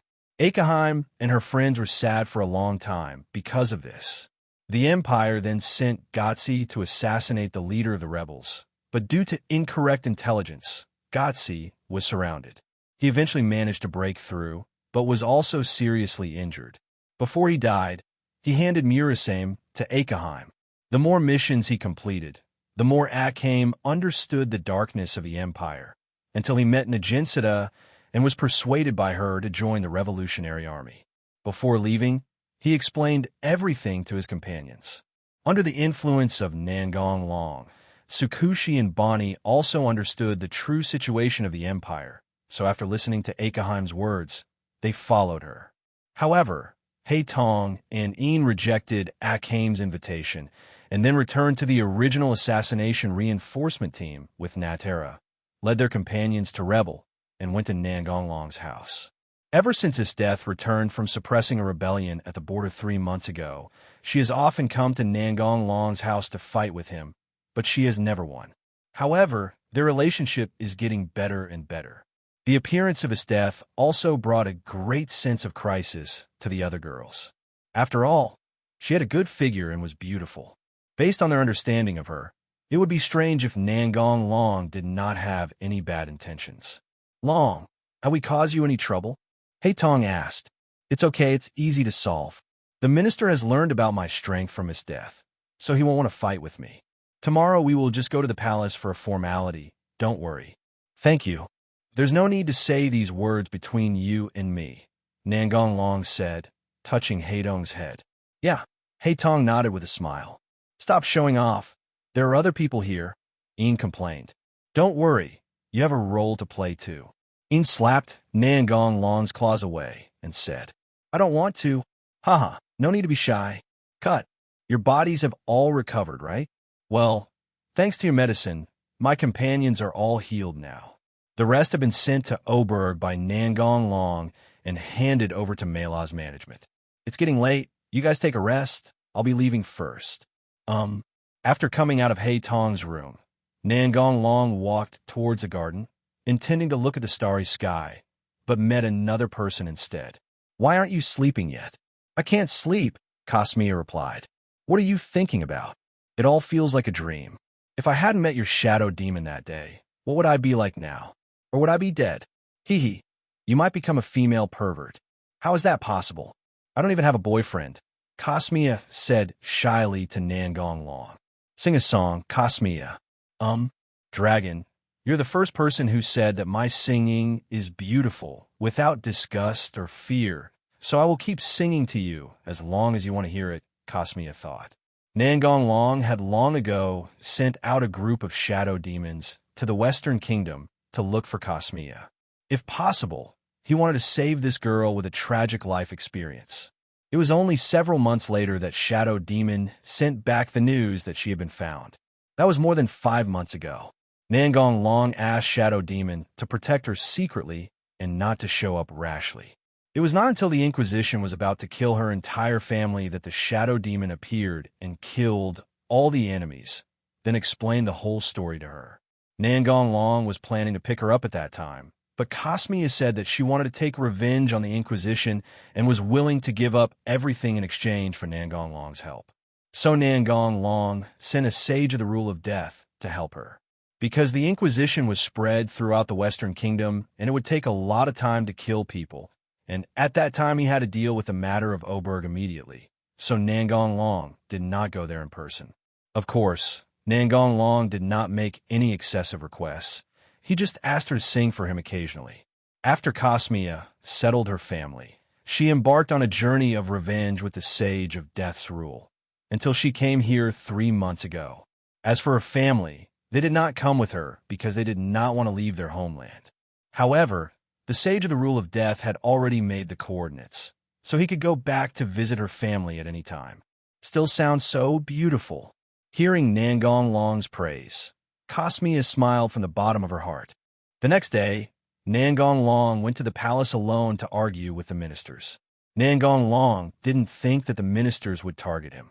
Instead, other people who didn't know his strength but wanted to curry favor with the ministers might jump out and cause trouble. "Your Majesty, I have something to report." "Explain." "Yes, a few days ago a small group rebelled against the Empire and caused considerable losses, and these people were taken in by Duke Nangong. I believe that the Duke also has the intention of rebellion, and please sentence him to death, Your Majesty." "So what if he is a Duke?" "He will be killed if he offends the minister. I will use you as a stepping stone to please the minister.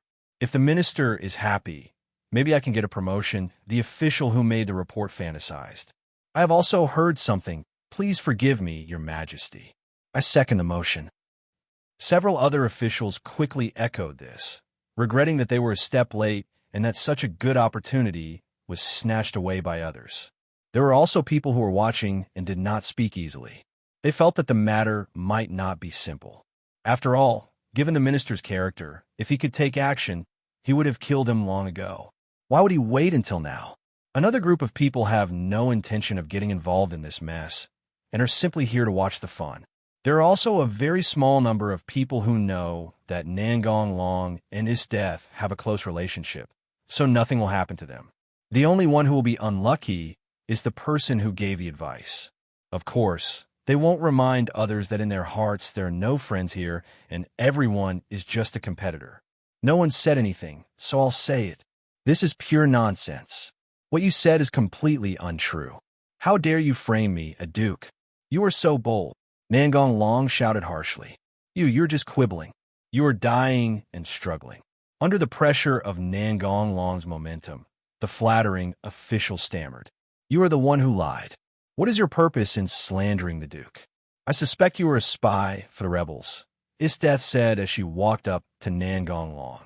As expected, the general and the Duke had a close relationship, but fortunately nothing was exposed, an official who knew some intelligence thought. General, you can't say such nonsense. I am loyal to the Empire. Isn't the general in cahoots with the minister? Why would he target me? Esdeath's unexpected move made him completely panicked. What I said is the truth, Esdeath said domineeringly. How can this be possible? Minister, who of them is telling the truth? What should I do? Asked the little emperor. Hearing this, everyone listened carefully and waited for the minister's decision. Of course they framed the Duke. How could General Esdeath lie? The minister said while chewing meat. Oh, I understand, the little emperor nodded. You are sentenced to death and executed immediately. No, your majesty, I am innocent. It's unfair. Minister, you can't do this. The minister ignored him. What did this bunch of rubbish have to do with him? As for the assassination troops joining Nangong Long, he didn't care much. He could replenish that kind of thing anytime he wanted. Just give it to Nangong Long as a personal favor. Moreover, Esdeath had a good relationship with Nangong Long. He didn't want to offend two powerful enemies at once. Seeing the miserable end of the official who made the suggestion, other officials couldn't help but feel fortunate that they didn't speak out, otherwise they would be finished. At the same time, he was also thinking about how to curry favor with Nangong Long. After all, this young duke was not as simple as he seemed. Didn't you see that all the ministers had taken a step back? Even the sadistic female general had a close relationship with him.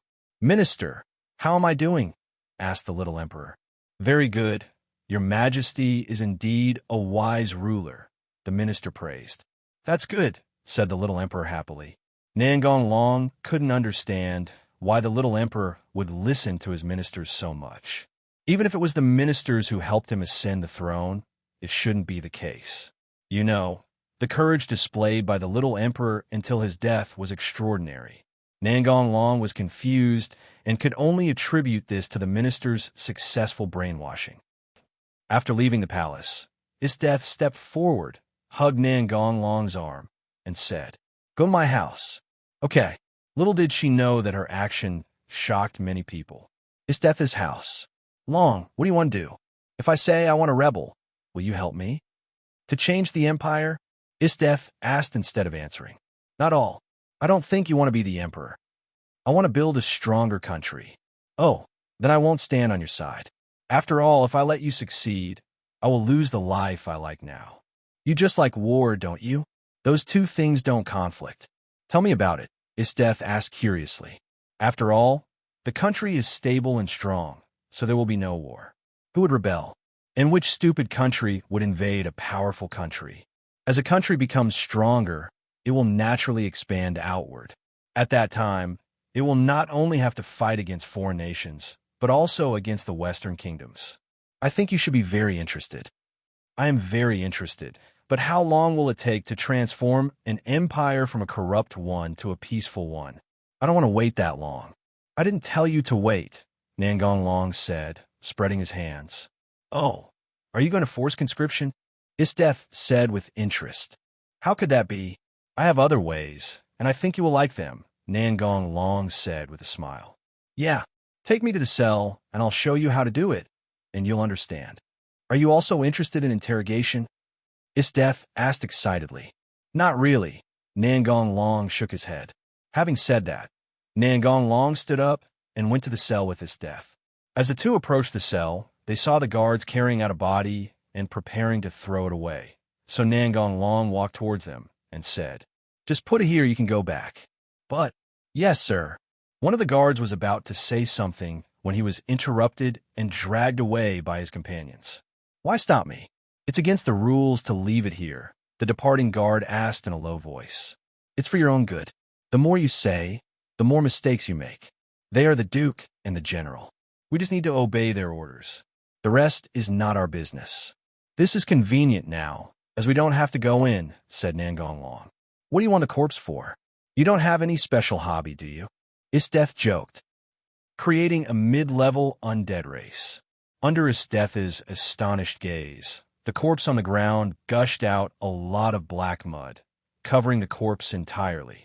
Then the corpse seemed to be melted, pulled, and deformed, and finally turned into a 2-meter-tall, violent, and twisted aggregate, the Death Knight. Your abilities are truly bizarre, but this thing gives me a pretty good feeling. Tell me, what is it? Esdeath said with an evil smile. We walked and talked. Good. Follow me. Nangong Long ordered the Death Knight. Nangong Long did not cast any hiding magic on the Death Knight, and just let him follow behind. Anyway, the guards would get used to the existence of the undead sooner or later. Death Knight, a tireless fighting machine, one of the many types of undead under my command, Nangong Long explained. Are there others? I've been to your house so many times, and apart from those girls, I haven't seen anyone else. I sent them all out to build an army. Oh, so you have a lot of Death Knights. There are indeed quite a few. Not just him, there are many other types of undead. How about it? Do you want to come to my place? Nangong Long asked again. I have no reason to refuse. Greetings, General, Your Excellency the Duke. The patrolling soldier saluted. Nangong Long and the other man nodded in response. After watching the two walk away, a soldier spoke. What's that thing following the General? It's so scary. That cold atmosphere is really uncomfortable, said another person. And he exudes an alarming murderous intent, as if he would suddenly kill someone at any time, a soldier said in fear. Please give me this Death Knight, Esdeath said after returning home. No problem. If you like, I can ask my subordinates to transfer another team over later. Not for now. I'll find you when I need it. Stay tonight, Esdeath said again. Good. Slam. Leon, long time no see. Please give me a shoulder massage next time. You're still as beautiful as ever today. Would you like to have a drink with me? Maybe some other time. Are you getting along well here? Ian said. Of course, this is where I grew up. Why did you bring us here? Hey Tong asked.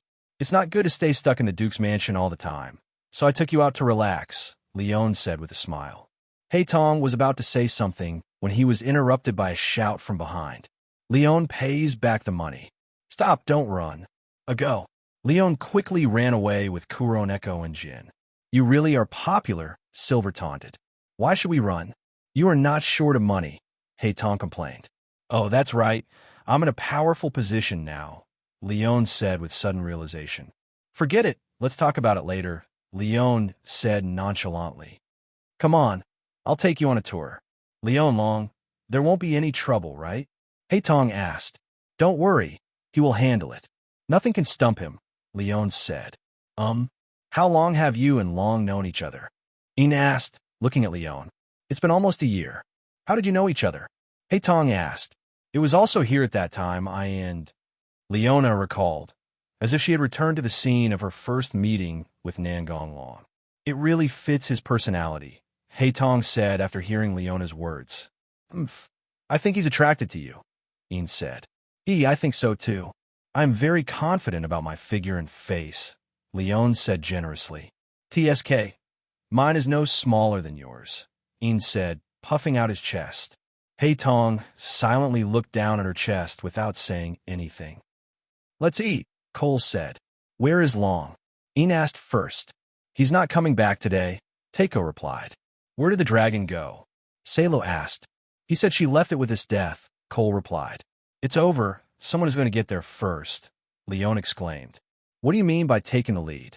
Remus said, I don't understand what you're talking about. Your Excellency the Duke, that's not possible, Wu Min defended weakly.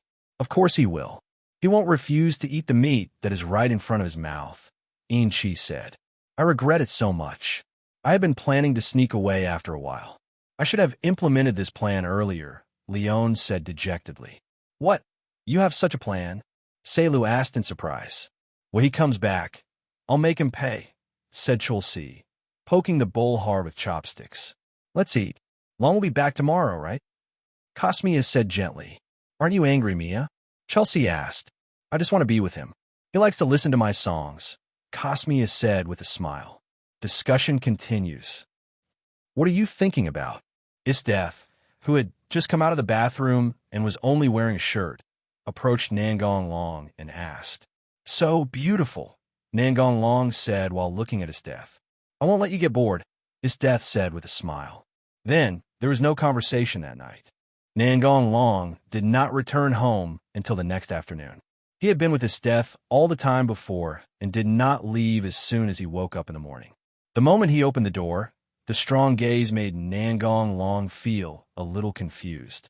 I saw all the girls in the family sitting in the living room just staring at him, which made people feel uneasy. What are you doing? Nothing else. I'll go upstairs first. Nangong Long planned to run away and hide first. Every girl has different feelings towards Nangong Long, so their reactions are also different. Just do it, Selu said in a low voice. It was fun last night, wasn't it? Leon affirmed. Actually, if your Majesty the Duke wants, I can do it too, Wu Min said shyly in a low voice. I can do it too, Remus said with full energy.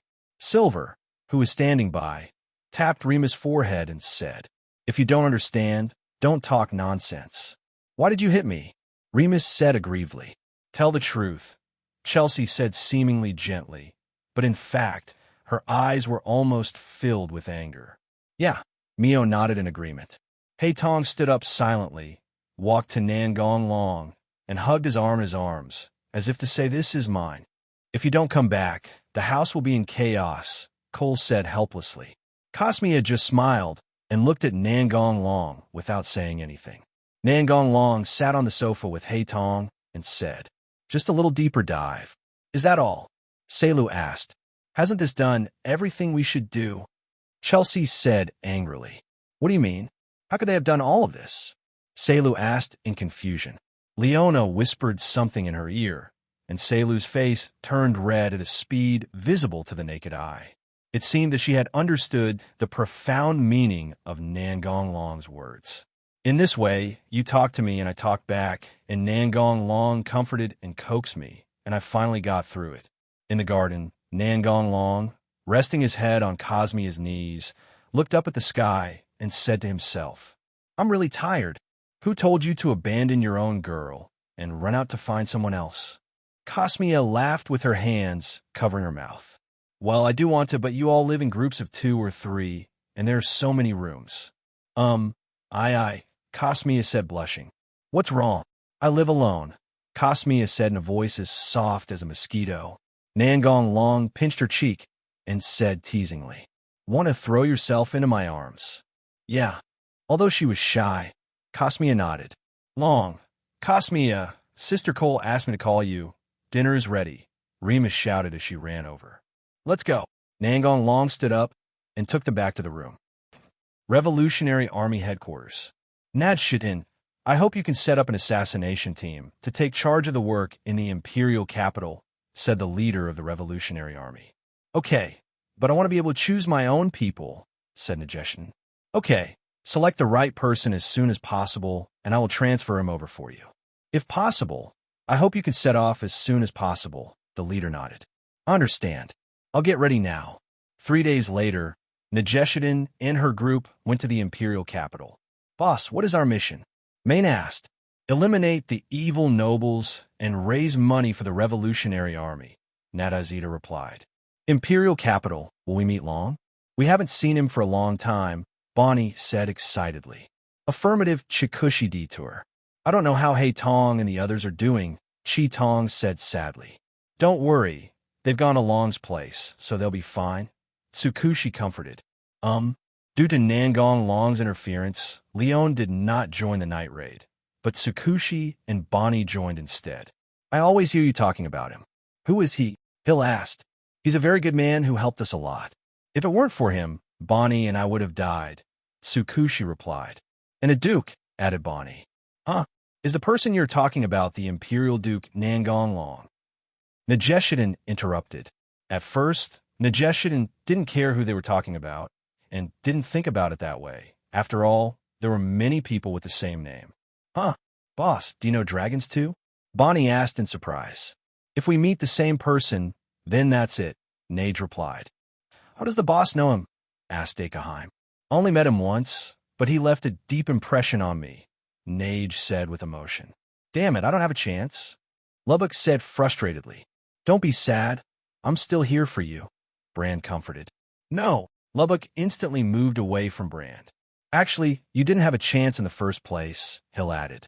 Lubbock could not rise again. Tell me, I'm curious about what kind of man can make boss care so much about him, said Marin with a smile. Well, here's what happened, Nage recalled. So, if it weren't for him, my right, I would have been ruined, Nage said thankfully. But why did he save the boss? They clearly had no intersection before, Hill asked puzzledly. He must be attracted by my beauty, Neji said narcissistically. The boss starts again, Marin complained. What's the problem? Nage stared at Maine and said, No. Boss is the most beautiful, Maine admitted decisively. But how did he know you would betray me? Brand asked. He is the Duke after all. He must have his own ways, Nage guessed. I never thought he was that strong. I always thought he was just an ordinary Duke, Nage sighed. Is it really that strong? Asked the rejuvenated Lubbock. It's completely in a different dimension, Nage confirmed. Well, Long is really strong.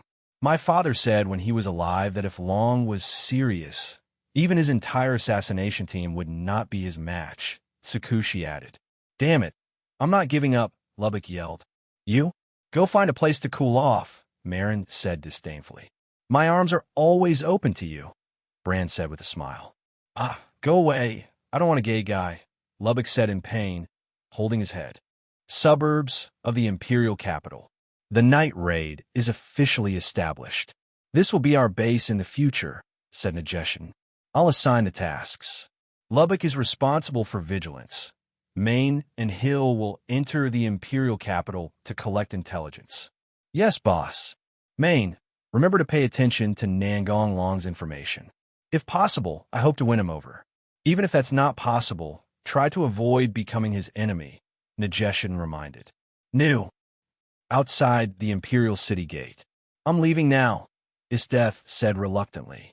Nangong Long held her in his arms and said, I'll come see you. Well, I will also solve the rebellion as quickly as possible and come back. After Nangong Long let go of Esdeath in his arms, he cast a mental magic to notify Tyrant to come and see him. Roar. What is that? It's a dangerous species. Beware. You are embarrassing the general by being so flustered. Stand still. It's just the Duke's pet. It won't be in any danger, Leva shouted. The soldiers immediately restored order. Although they were still frightened, they were no longer as out of control as before. Take it with you. It will be more convenient, said Nangong Long. Okay, I'll listen to you. Esdeath suddenly kissed Nangong Long, then turned and left. Set off. Really? Can't you just let me savor it for a while? Nangong Long muttered. Everyone has left, so I'll go back too. Nangong Long was walking on the road when a pink-haired lowly suddenly appeared in front of him. So he decided to imitate the evil nobleman. Maine, who had just arrived in the Imperial Capital, was excitedly taking Hill for a stroll under the pretext of gathering intelligence. As Maine was about to go to the next door, she was suddenly blocked by a young man. She was going to give way to avoid unnecessary trouble, but the other party's next words immediately made her furious. Hey, little girl, you look good. Come and smile at me, Nangong Long said teasingly, standing in front of the two of them. Since you want to be beaten, don't blame me for being rude, Marin said fiercely. Beat me? I'm a noble. Try to hit me. The guards will surround you in minutes, Nangong Long said arrogantly. When the people around heard that the other party was a noble, they immediately hid away. Even those who had planned to step forward to help retreated for fear of getting into trouble. He turned out to be a noble. This is trouble. There's so many people here. If I beat him, I will definitely be wanted. It seems that I have to think of a way to trick him away, Marin thought. As for whether Nangong Long was talking nonsense, Marin denied it after thinking about it. No one would be stupid enough to pretend to be a noble in the imperial capital. That would be seeking death. The public's reaction was not surprising to Marin. She had not expected them to do anything, so she was not disappointed. Her childhood experience taught Marin that people can only rely on themselves. Hill made a covert gesture, asking Maine whether she wanted to kill him. Maine shook her head and gave Hill a reassuring look, saying, "Leave everything to me." "So it's you, the noble lord. I'm really sorry for what happened just now. Can you forgive us?" Maine said with a smile, suppressing her nausea. "Oh, let's see how you perform," Nangong Long said with a wicked smile. "What does the adults want us to do?" Maine said cutely, blinking her big eyes. "You understand very well. Good, good. Then accompany me shopping first, and then go home with me," Nangong Long said with a malicious smile. "Yes, we will all listen to you, sir. We only ask you to forgive us afterwards," said Maine, pretending to be afraid. In fact, she was thinking, "Damn nobles, just wait for me. Once we get to a deserted place, I will not be called Maine unless I beat you into a beehive. It's your turn. Why don't you smile for me?" Nangong Long said, lifting Hill's chin. Hill had a blank expression on her face until mine tugged at the corner of her clothes. Then she forced a smile. "It's so ugly and fake," Nangong Long said with disgust. Marin clenched her fists, wishing she could kill this troublemaker right now. "Aren't we going shopping? Let's go quickly." After calming down her own emotions, Marin quickly changed the subject. If Nangong Long did something out of line, Hill would probably just go crazy and kill someone. "Let's go to the center of the imperial capital. There's nothing great to see here," said Nangong Long. "Okay, I'll listen to you, sir," Marin replied. Hill remained silent. She knew that she was very naive, and anything she said might lead to bad consequences. Only after seeing Nangong Long leave did people dare to start talking. "Those two girls are finished." "Who said it wasn't? What a pity. Damn nobles." "Hey, you're killing yourself. What nonsense are you talking about?" Looking at the dazzling commercial street in front of her, Marin was completely dazzled. She had never seen such a prosperous city before. After walking around for a while, a clothing store caught Mine's attention. "Can we go to that store, sir?" Marin said coquettishly, enduring her discomfort.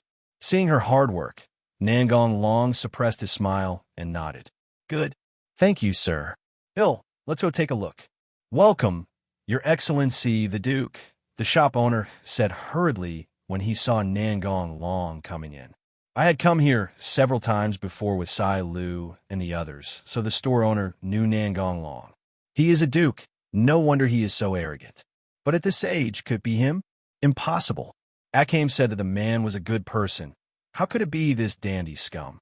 Marin denied the thought that had just arisen in her mind. Then her eyes were attracted by the clothes in front of her. She picked them up and looked at them. She was immediately disappointed because she didn't have enough money. Night Raid had just been established and had not yet started taking business, so Maine didn't have much money. Looking at Maine standing motionless in front of the clothes, Nangong Long walked over, pointed directly at the clothes, and said to the boss, "I want this dress." "Yes, I'll pack it for you right away. Since you bought me clothes, I'll give you a quick death later," Marin thought. "And this one. Nangong Long bought more than a dozen pieces of clothes in one go. There was nothing he could do as there were so many girls in his family, so he had to give them all away, otherwise they would be angry. "What about you? Is there anything you want to buy?" Nangong Long looked at Hill and asked. "You must pick one," Nangong Long said in feigned anger. "Then let's go for this one," Hill said, pointing to a purple Cheongsam-like dress. "Wrap up."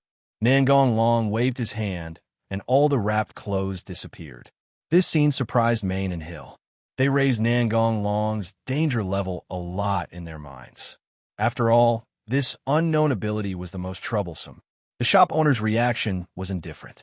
Nangong Long had done the same thing several times before, so the owner must have gotten used to it. What was that just now? It was amazing, Marin asked as she walked out of the store. Nothing, just a little trick, Nangong Long replied calmly. Sure enough, he wouldn't say it easily, Marin thought. As for the little trick Nangong Long mentioned, Marin just thought it was his excuse. Little did she know that Nangong Long really thought so. For him, storage was really simple. It seems that I can only find an opportunity to kill him with one blow and not given the chance to use his ability. This is really troublesome, Marin thought. When Nangong Long walked into the alley, Ma'in could no longer bear it and killed Nangong Long directly, followed by Hill. Nangong Long easily blocked the attacks of the two. Be careful. The other party is quite powerful, Marin reminded. Yeah, Hill responded.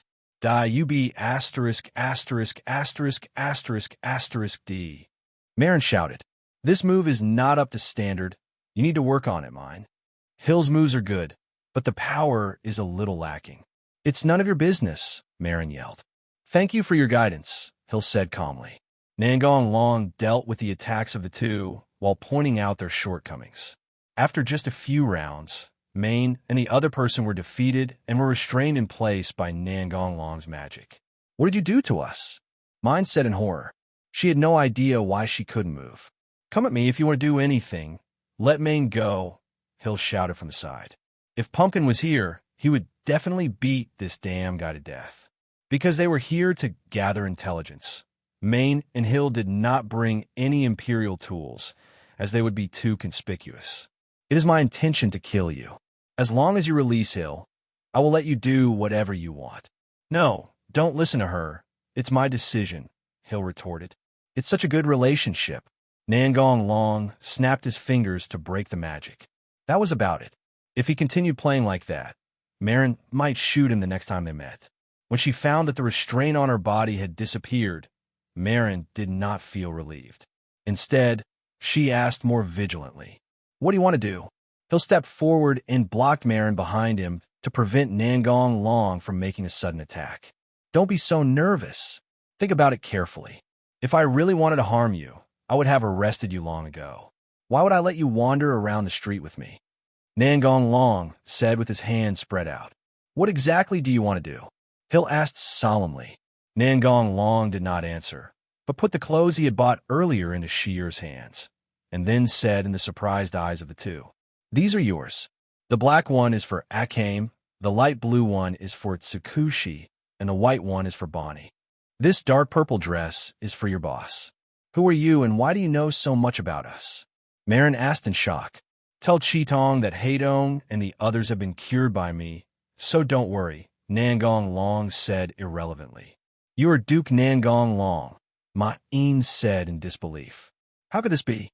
You are said to have a kind personality. By the way, does Neji have long hair or short hair now? Nangong Long did not respond, but looked at Hill and said, Short hair. Now that he knew the other party's identity, Hill was not as vigilant as before. Is that so?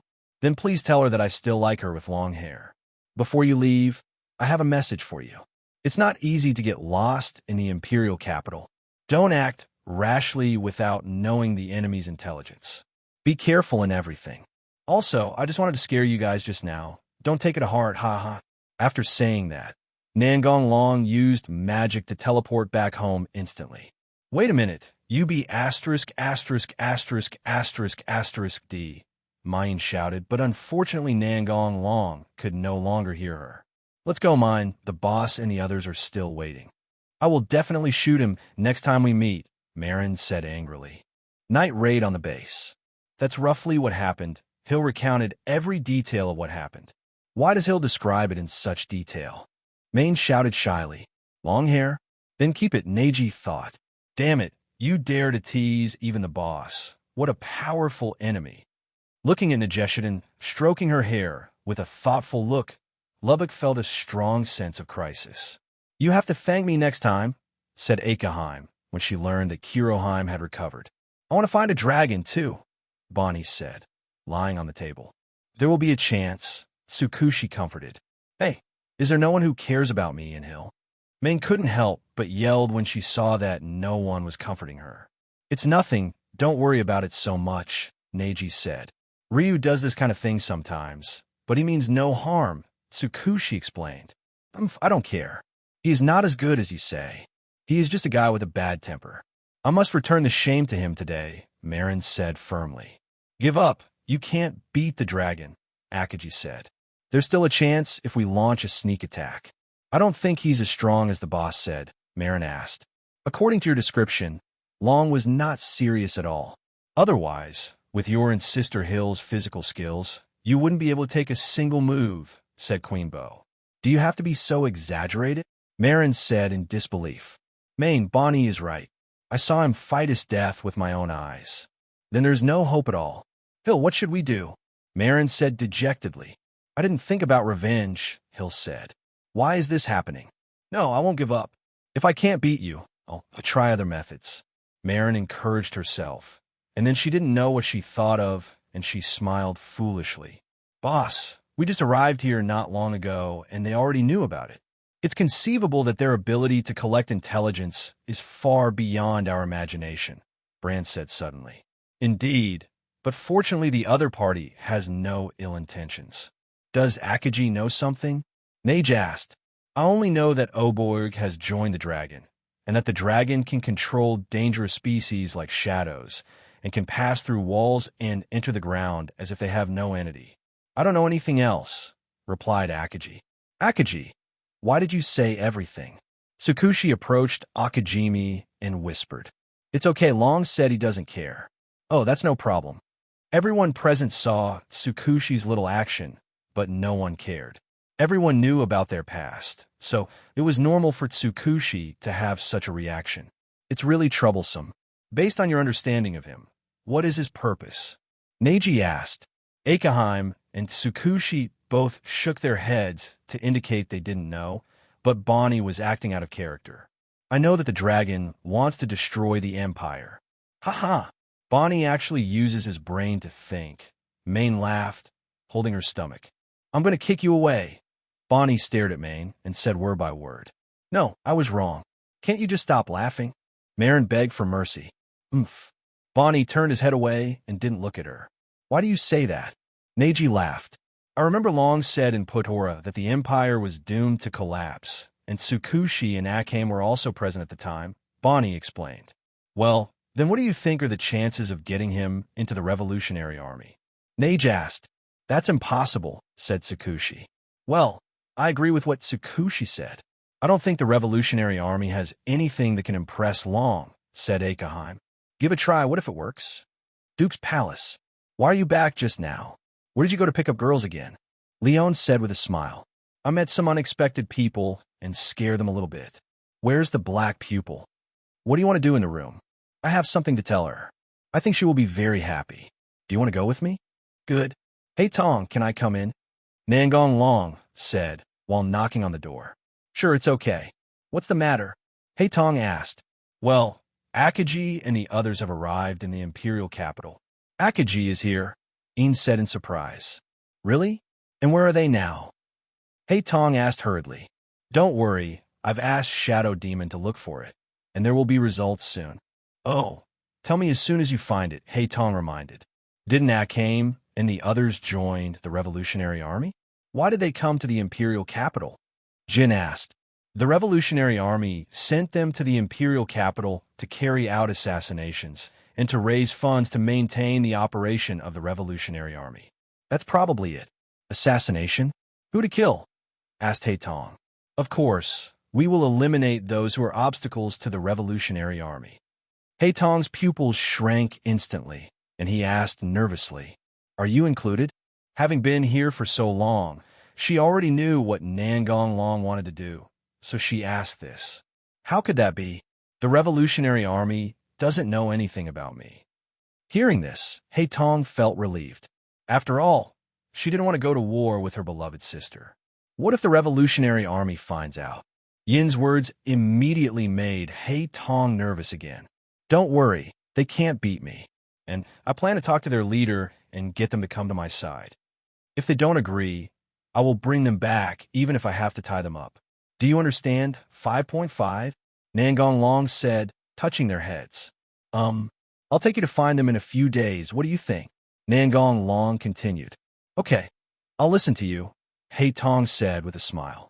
Whatever you want, Ian said, turning his head. Okay, stop showing off. I'm still here, Leon complained.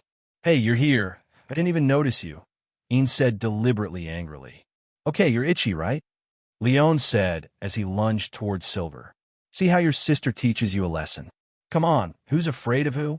Ian choked. Aren't you going to help? Nangong Long asked. No need. This is not the first or second time they have done this, Hei Tong said, shaking his head. A few days later. Why are you here? Nangong Long said to Marin. Do you think I want to come? It's because the boss said he wanted to see you, but it's not convenient for her to show up. So she asked us to invite you, Marin said unhappily. See me? What's the matter? The boss said you'll know when you get there, Hill replied. Then I'll go for a walk. Long, I want to go too, Salis said. We want to go too. Okay, then let's go together, Nangong Long said with a smile. Is there anything wrong? Nangong Long turned and said to Marin. Well, let's do this, Marin frowned. Since Nangong Long was the only one who knew about the base, it meant that they knew about it too. It didn't matter. On the way to the night raid. Are those things they are holding Imperial weapons? Hill asked. I don't have that many Imperial tools, but it's not bad, Nangong Long said casually. You're just bragging. The founding emperor spent the whole country's efforts to make 48 Imperial weapons. You can't compare with any random weapon, unless you can make Imperial weapons. But how is that possible? Said Manfeng. Can I kill her? Your Excellency the Duke? Wu Min asked. Can you let Xiaobi eat her? Seilu said angrily. The other girls also had different reactions. Basically, they said, you look down on Nangong Long, so I'm going to teach you a lesson. Forget it. This is just my Yin's personality. You will know after getting to know her for a long time that she is just arrogant, Nangong Long said, waving his hand. I'm not at Sundara, so stop talking nonsense. If you want to fight, I'll accompany you, Marin retorted loudly. Let me chop her to pieces, Wu Min said in a low voice. Come on, mind challenged. Main, stop talking, Hill stopped her. If you want to fight, we can talk about it when we get there, but it should be stopped at a certain point, Nangong Long said helplessly, covering his forehead. Okay, that's settled. Yes, Duke. Hei Tong approached Nangong Long inadvertently and asked in a low voice. Sundara? Like Jin. She is much more serious than Ian. I heard it, Hitomi. Silver's voice came from behind. Ian, when did you run behind me? Hei Tong asked in surprise. Just when you came closer. I haven't seen Akaji and the others for a long time. I'm a little excited, Cole said with a smile. You're too happy, Cole, said Teiko. What should I do? Do you think I'm a traitor? Chelsea asked Teiko. That must be it, Mio nodded. Follow us when you get here, otherwise it will breach the alert, Marin reminded. Good. This is it. Boss and the others are waiting for you inside. Marin pushed open the door and shouted inside. I brought the people here, boss. Long time no see, Jia, Nangong Long said with a smile. Yes, you're welcome. Sister Tsukushi. Black pupil, Silver. Sister Cole, I miss you so much, Bonnie shouted. I miss you too. Long time no see, said Tsukushi. Nangong Long opened his arms and smiled. Would you like a hug? Tsukushi was a little shy, but still took a step forward and hugged him. I don't know what Nangong Long said to her, but Tsukushi's face suddenly turned red to her ears, and she ran away from Nangong Long's arms. What did you do to Tsukushi? Cole asked suspiciously. Nothing. She's just a little shy. At this time, Bonnie rushed directly into Nangong Long's arms and said, Did you miss me? Of course, Bonnie is so cute. How could I not miss her? Nan Shoyu Long said with a smile. Sister, are you okay? Hei Tong asked. Well, boss is a very nice person. Sister, come with me to Long's side, so that we won't be separated anymore, Hei Tong invited. Not yet. I want to change the status quo of the Empire. Akaji shook her head and refused. If that's the case, it's the same here. Why do you say that? Does Long want to do something? Asked Akaji. After everyone had finished reminiscing about the past, the discussion officially began. Tell me, what do you want from me? Nangong Long asked. I would like to invite you to join the Revolutionary Army. Nage said straight to the point. Not interested. Why? Don't you want to change this corrupt empire? Nage asked unwillingly. Whether or not to change the empire has no direct relationship with joining the Revolutionary Army. Joining the Revolutionary Army is the fastest way to change the empire, Nage asserted. No, the Revolutionary Army is doomed to fail. Nangong Long shook his head. Hearing Nangong Long say this, before Neji could even speak, Maids loudly retorted. Why do you say that? Because I didn't stand on the side of the Revolutionary Army. Its failure was inevitable, Nangong Long said calmly. Where do you get your confidence from? Marin asked sarcastically. It was the first time she had seen such a conceited person. Main, that's enough. Nage stopped her. Does the Duke think he has a way to fight against both the Empire and the Revolutionary Army at the same time? Nage asked, how many people do you think are needed to deal with Esdeath? Nangong Long did not answer, but asked another question. Although Neji didn't know why Nangong Long asked this, she still said, according to her own speculation, we need at least 50,000 elite soldiers and 10 divine servants, including Akame. Boss, is Esdeath really that strong? Lubbock said in disbelief. Nage nodded solemnly. You still underestimate her. Zhao. 50,000 elite soldiers are a joke. If Akame hadn't understood Murasame's secret technique, even a million-strong army wouldn't be able to do anything to Esdeath. Unless she is unwilling to retreat, you can use her energy to kill her. Duke, are you kidding? Neji didn't want what Nangong Long said to be true. If it was, it would be terrible. Do you think I look like I'm joking? Nangong Long replied seriously. Nage frowned and began to think. At this time, Chitong looked at Nangong Long and asked, Ryu, what is Murasame's secret technique? Once you get Murasame's approval, your special move will naturally show up, but I don't want you to use it. Is there a price? Asked Dakaji. Tell me how to get Murasame's approval. Long, you know it, right? Akaheim asked after a moment of silence. Don't say that. Haitong hurriedly stopped him. It's okay, Haitong. I believe your sister won't do it, even if she knows, Nangong Long comforted. Kill the enemies, companions, relatives, and everyone will be killed to gain Murasame's approval.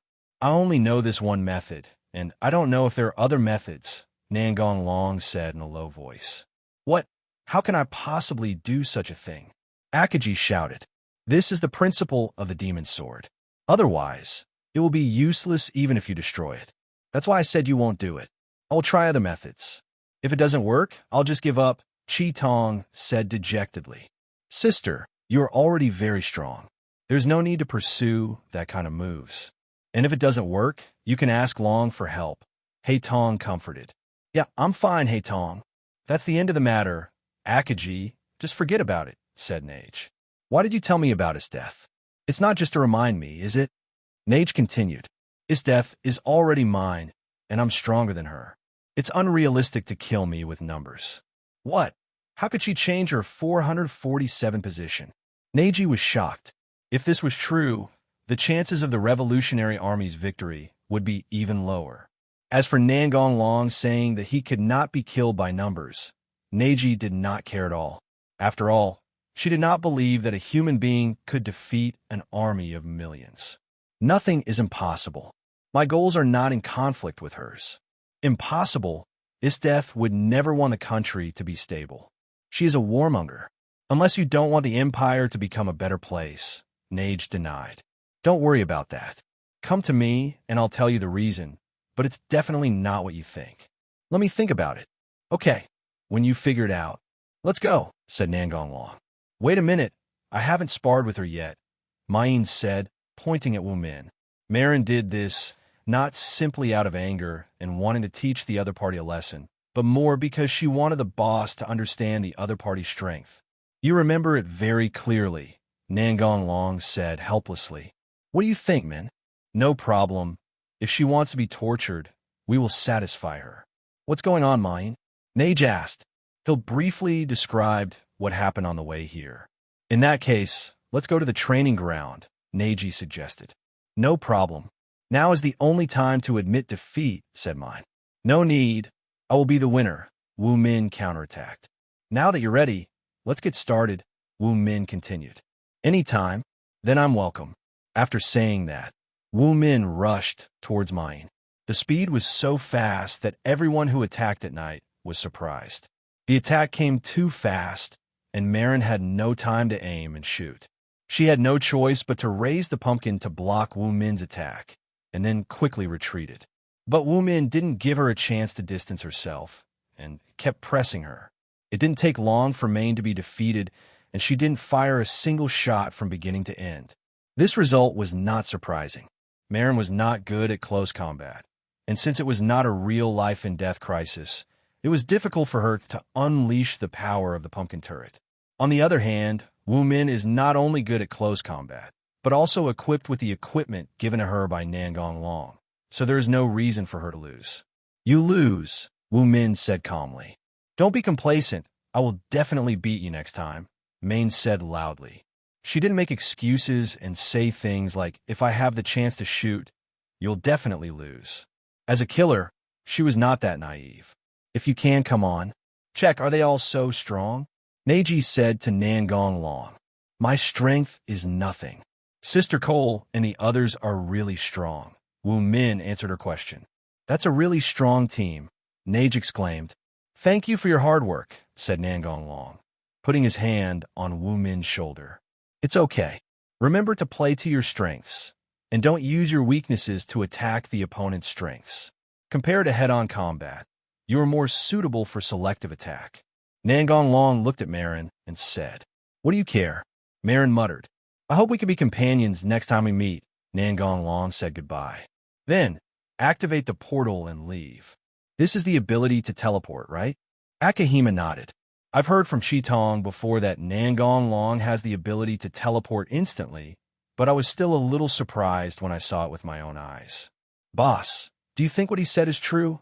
Asked Brand, who had been silent all this time. Maybe. Dragons don't lie. Akame said affirmatively. 2 months later, the news of the night raid had spread throughout the streets and alleys, but the nobles did not take it seriously and continued to do as they pleased, thinking that there were so many evil people and it was unlikely that they would be found by chance. In the past 2 months, Najeshidan has not looked for Nangong Long again, and no one knows what she is thinking. Kiroheim and the others would often go to the night raid base to visit Akaheim, Tsukushi, and the others. Wu Min and Ma-in would fight every time they met, but their relationship did not deteriorate, but got better and better. Perhaps this was the friendship forged through fighting. Nangong Long went to the northern border several times to visit Esdeath. Nangong Long originally planned to help, but Esdeath refused. She said that this was her war, and if it ended in 10 days, wouldn't it be no fun at all? Therefore, Nangong Long did not take action, but before leaving, he reminded Esdeath that if the army was destroyed, it was destroyed, but the civilians would be fine, as they would also be citizens of the Empire in the future. Esdeath had no objection to this, but she didn't understand why Nangong Long, a strong man, cared about the lives of the weak. Nangong Long will not hesitate at all when it comes to killing someone, but this does not mean that he is bloodthirsty. Duke's Palace. Sir, the person you are looking for has arrived in the Imperial capital, the Shadow Demon said respectfully. Where are they? She has been taken home by a noble lady. Very good. Continue monitoring. Yes.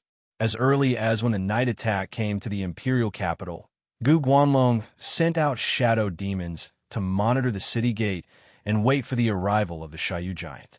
It looks like tonight will be a bloody night, Nangong Long said to himself. Arya's home. Don't be anxious. Eat slowly. There's still a lot, Arya said softly. Ayas, who was deceived by Arya's disguise, said gratefully. You are such a good person. I am so lucky to meet you in the Imperial capital. It's nothing. I'm happy to help people in need, Arya said shyly. Why did you come to the Imperial city? Asked Arya's father. Of course it's to make a name for myself and do something great, Ayas said loudly. Don't be so rude, Xiaoyu scolded. Actually, life in our hometown is very poor, so we plan to come to the capital to find a job to subsidize the village, Xiaoyu explained. That's a good idea. Is there anything you guys want to do? I have some connections. No thanks. How can I trouble you so much? Xiaoyu said embarrassedly. It's okay. Doing good deeds is our family tradition. Thank you so much. Xiaoyu stood up and bowed to express her gratitude. What's wrong with you? Xiaoyu shouted when she saw Aiya's suddenly fainted. Why do I feel a little dizzy? After saying that, Xiaoyu also fell down. It's finally working. I don't have to act anymore. I can't wait to ravage her. She's a country girl, but she has such beautiful long hair, Arya said twistedly. Don't be impatient. There's plenty of time for you to play slowly, said Arya's mother. Come on, lock them up. Arya's father ordered the guards. Let's play with them when they wake up. Their screams and struggles are the best music for me. Yes, father. Outside the gate. Who are you? Stop immediately, or you will be killed as invaders, the guard at the gate shouted. Long, is this okay? Selu asked. Of course. Those who aid and abet the evil are equally guilty. Then I feel relieved Xiaobi do justice. Giant with 100 arms. Roar. What is that, a monster? Click, click. Seeing Xiaobi swallow his companion whole and bite him to pieces, another guard was so scared that he turned around and wanted to run into the mansion to call for reinforcements. But before he could take a step, he was killed by Meowsy. It's a dark and windy night. Perfect weather for murder. Who cares about the weather when it comes to killing people? Leon complained. I'm just doing this for the occasion. Nangong Long shrugged indifferently. The beast's prison. What did you do? Cole asked. As a precaution to prevent anyone from escaping. From now on, people can only enter this mansion but not leave, Nangong Long replied. Brother Duke, do you want to leave any of them alive? Remus asked. Except the main culprit, all the others were killed. Why? Chelsea asked. It would be too easy for them to be killed so easily. You and Cosmea should just stay close to me. After all, you're not good at close combat, Nangong Long warned. Of the killing. Run, there's a monster. Click, click. Ridge crossing. Heavy explosive armor. Cole punched the guard hard, knocking him flying. The Lion King. Indoor. My lord, something bad has happened. A guard ran in panic. What happened? Someone came to kill me. What? Whoever is so bold, I will sentence his entire family to death, Arya's father roared. My lord, please run away. We can't stop you any longer. Nangong Long, who happened to walk into the room at this time, said in a low voice. I heard you wanted to kill my whole family. Is that right? Who? When he saw who was coming, he was completely panicked. My lord, how could it be you? Oh, you know me, but I won't remember a minor character like you. Ever since Nangong Long saved the rebellious Assassination Team without receiving any punishment, his name and appearance have been firmly remembered by the nobles of the imperial capital. Let me go. What are you going to do? Arya struggled. My husband will give you whatever you want. Just let us go. Leon and Cole ignored them and walked into the house and threw the two people to the ground. We got them. Thanks for your hard work. Why would you do such a thing? How have we offended you? Arya's father said in disbelief. You didn't offend me. I just wanted to kill someone. Long. Everyone outside has been cleaned up. Only they are left, Tang Lu said with a grim smile. Although Xiang Lu has changed a lot, she still smiles unconsciously when she is enforcing justice. Nangong Long did not remind her on purpose. As long as she does not enforce distorted justice, she can do whatever she wants. Well, you did a good job, said Nangong Long, stroking Selu's hair. Just for that reason, you're going to kill my whole family. Father AI was so emotional that he didn't even use honorifics. I thought you could understand, Nangong Long said casually, spreading his hands. How can you possibly understand something like this? AI's father yelled. Don't you often kill others and enjoy it? I'm just doing the same thing as you. How can those country folk be compared with us? They're just playthings, Arya roared. Is that so? Then you are my playthings. My father is an earl. Who do you think you are? Arya said frantically. Shut up. Father, AI yelled. Count? Just a piece of trash, Nangong Long said disdainfully. I beg the Duke to let us go. I am willing to pay any price, said Father AI. Duke, Arya said in horror. Oh, anything is fine, Nangong Long said with interest. Father AI seemed to have grasped the last straw and nodded and said, If I can do it, I could do anything. Nangong Long pointed at Arya and the other person and said, What if I said I wanted them? This, Father AI hesitated. Father, please agree. It's okay with me, Arya said.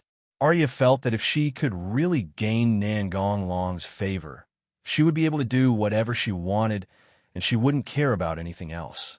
Husband, Arya's mother hesitated to speak. Okay, Father AI agreed with gritted teeth. Hey, you're not serious, are you? There's fire in Siryu's eyes. Leon came close to Nangong Long and whispered in his ear. You think too much. Sorry, it was just a joke. It's a good feeling to have a glimmer of hope and yet face despair, Nangong Long said insincerely. Hearing Nangong Long say this, Sailu's horrified expression disappeared, replaced by a gentle smile, and the other girls also breathed a sigh of relief. Nangong Long had no interest in listening to their curses and simply cast a spell to make them faint. What are you going to do with them? Asked Sailu. Give it to Mela and let the bugs eat it slowly from the inside out. How cruel, Leon said, patting his chest and pretending to be scared. What's that smell? Sailu said, pinching his nose. What is going on? Seeing the hellish scene in front of him, Seleucus cried out. Nangong Long had told them before that this family had committed many evil deeds, but they had not expected them to be so cruel. Calm down, Sailu. Is this what the nobles in the imperial capital are like? Sailu asked expressionlessly. About that. I really want to kill them all. Okay, the security team will be in your hands from now on. You can do whatever you want. Where's Uka? Sailu asked. After today, he will disappear from this world. I see. There are still 2 alive, Leon shouted. Takeo walked over to help. It's okay. It's just that 883 is unconscious. He was probably just tricked here, Mio guessed. We are so lucky that we just happened to take action, Chelsea exclaimed. Wake up. Nangong Long patted Xiaoyu's cheek and shouted. Willem, what's wrong with me? Who are you? Xiaoyu said confusedly. I am Nangong Long, and they are my companions. Where's Aiya's? Sia, who was completely awake, asked in panic. It's right there, Nangong Long said, pointing to the side. Aiya's, wake up. Xiaoyu shook his body hard, trying to wake him up. Stop shaking it. I'm going to die if you keep shaking it, Aiya's said intermittently. What happened to us? Seeing that her companion was fine, Xiaoyu asked. Look over there and you'll understand, Leon said, pointing to the house behind Xiaoyu. Hurry up. Say, are you okay? Aiya's asked with concern, and at the same time looked inside, wanting to know what had made Seiyu become like this. What is this? Aiya's shouted in horror as he saw the body wreckage scattered all over the house. What is going on? Asked Xiaoyu, forcing herself to calm down. Don't you remember anything? Nangong Long asked. I just remember that I fainted while we were having dinner. That's right. This family specifically deceives people like you who come from the countryside. After they knock you unconscious, they lock you in cells and torture you in various ways, and they enjoy doing it, Nangong Long explained. Impossible. You must be lying. Miss Arya is not that kind of person, Aiya's retorted. You ungrateful guy. If we hadn't arrived earlier, you would have been dead, Wu Min said angrily. Aiya's, calm down. I'm sorry that my companion has caused you trouble, said Xiaoyu bowing. It doesn't matter. What he thinks is his business. The current imperial capital is a living hell for ordinary people, so leave early, Nangong Long reminded. Thank you, but we still have a companion who hasn't arrived yet, so we can't leave for the time being, and we want to save the village no matter what, said Xiaoyu firmly. Don't even think about saving others like this. You don't even know how you died, Mio said calmly. In that case, you can take them to the security team, said Nangong Long. Good. Do you have any questions? Nangong Long asked. No, Xiaoyu replied. As for Aiya's, he had been forbidden to speak by Xiaoyu. Then Nangong Long took Xiaoyu and the others to meet Arya, and the two seemed to have grown a lot in an instant. Then Nangong Long left Arya's family to Mira to feed her bugs. 5 days later, the Imperial Capital Security Department. Sister Ciro, this is the information you want. Saya handed the document in her hand to Ciro, who was sitting at the desk. How's the investigation going? Asked Selu. With the Duke's help, we have basically figured out. In this case, first remove all the unqualified garbage from the security team, and then we can clean up the evil. Duke's Palace. What are you doing? Nangong Long asked Leona, who pounced on him as soon as he entered the door. Sister is here to serve you in bed. Isn't this what you have always wanted? Leon said with a giggle. What's wrong with you today? You're so proactive in broad daylight. I have a chance now that Hailu is not around. She's keeping a close eye on me. Leona said helplessly. You won't be scared, will you? There are a lot of ellipses here. At night. I think you look a little strange today, Selo asked puzzledly. How could that be? Isn't it the same as usual? Leon said without changing his expression. Yeah. Okay, you've been busy all day. Go to bed early. Next day. Sister Ciro, this is my companion Tatsumi, Sao introduced. Just find it. Captain, I want to join the guard team, Tatsumi said loudly. You? Does he know what we are going to do? Sayu asked, looking at Shayu. Well, I've already told him about what happened between Ayus and me. So you're ready, Sailus said. Yes, Captain. I can't bear to see my companions being hurt, so I want to join the guard team and eradicate evil, Tatsumi said loudly. That sounds good, I agree. Thank you, Captain. I will definitely work hard. Night raid. The target, Jamal, relied on bribing Oka to frame others and continue to get away with it, Chikushi reported. Are you sure what the client said is true? Neji asked. Boney and I have already sneaked into the oil store to investigate, and the crime is true. 5.6. However, another target, Uka, died unexpectedly a few days ago for unknown reasons, said Sakushi. But after that, Sayu took over the security force, so I think it might be Ryu who killed... Oh, Sakushi speculated. It looks like he has already started to act, Nage said. Give Jamal the punishment of heaven, and don't worry about what Nangong Long does for now. Boss, why don't we accept Long's proposal? It's a revolution anyway, and I think it's better to be with Long, Bonnie said. Once I'm sure what he said is true, I will make the right choice, Nage replied. A dragon wouldn't lie to me, Bonnie muttered. This mission will be handed over to Akaheim, and Bonnie, go and get ready. Yes, boss. At this time, Akaji and Bonnie, who had completed the mission of assassinating Jamal, were rushing back to the base. They're from the patrol team. Let's avoid them, said Akaji. Captain, there are 2 people over there who look very suspicious, Tatsumi said, pointing at the 2 people in the distance. Let's go and take a look, Xianglu ordered. They're chasing us. What should we do? Bonnie asked. It seems we can only find a deserted place to bury them, Chitong replied. Stop right there, person in front, Tatsumi shouted while running. Seeing that there were no one around, Chitong and the other man stopped and decided to deal with each other here. Tatsumi just shouted tentatively, but he didn't expect the other party to really stop. When the 2 groups approached, Bonnie shouted in surprise. It's you.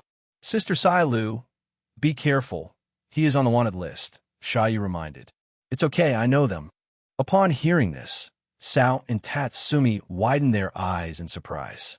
They couldn't understand why the captain of the security force would know the wanted criminal. Why are you here? Asked Selu. I received the mission, Chitong replied. You guys better be careful the next 24 hours. The people above are already paying attention to you. Thanks for the reminder, said Akaji. Long really hopes that you can come to his side. I hope you will not let him down. We understand. After saying that, Gualu turned around and took Tatsumi and the others away. Let's go back to Bonnie. Captain, why don't you catch them? Tatsumi asked puzzledly. They're just doing the same thing as us. The same thing?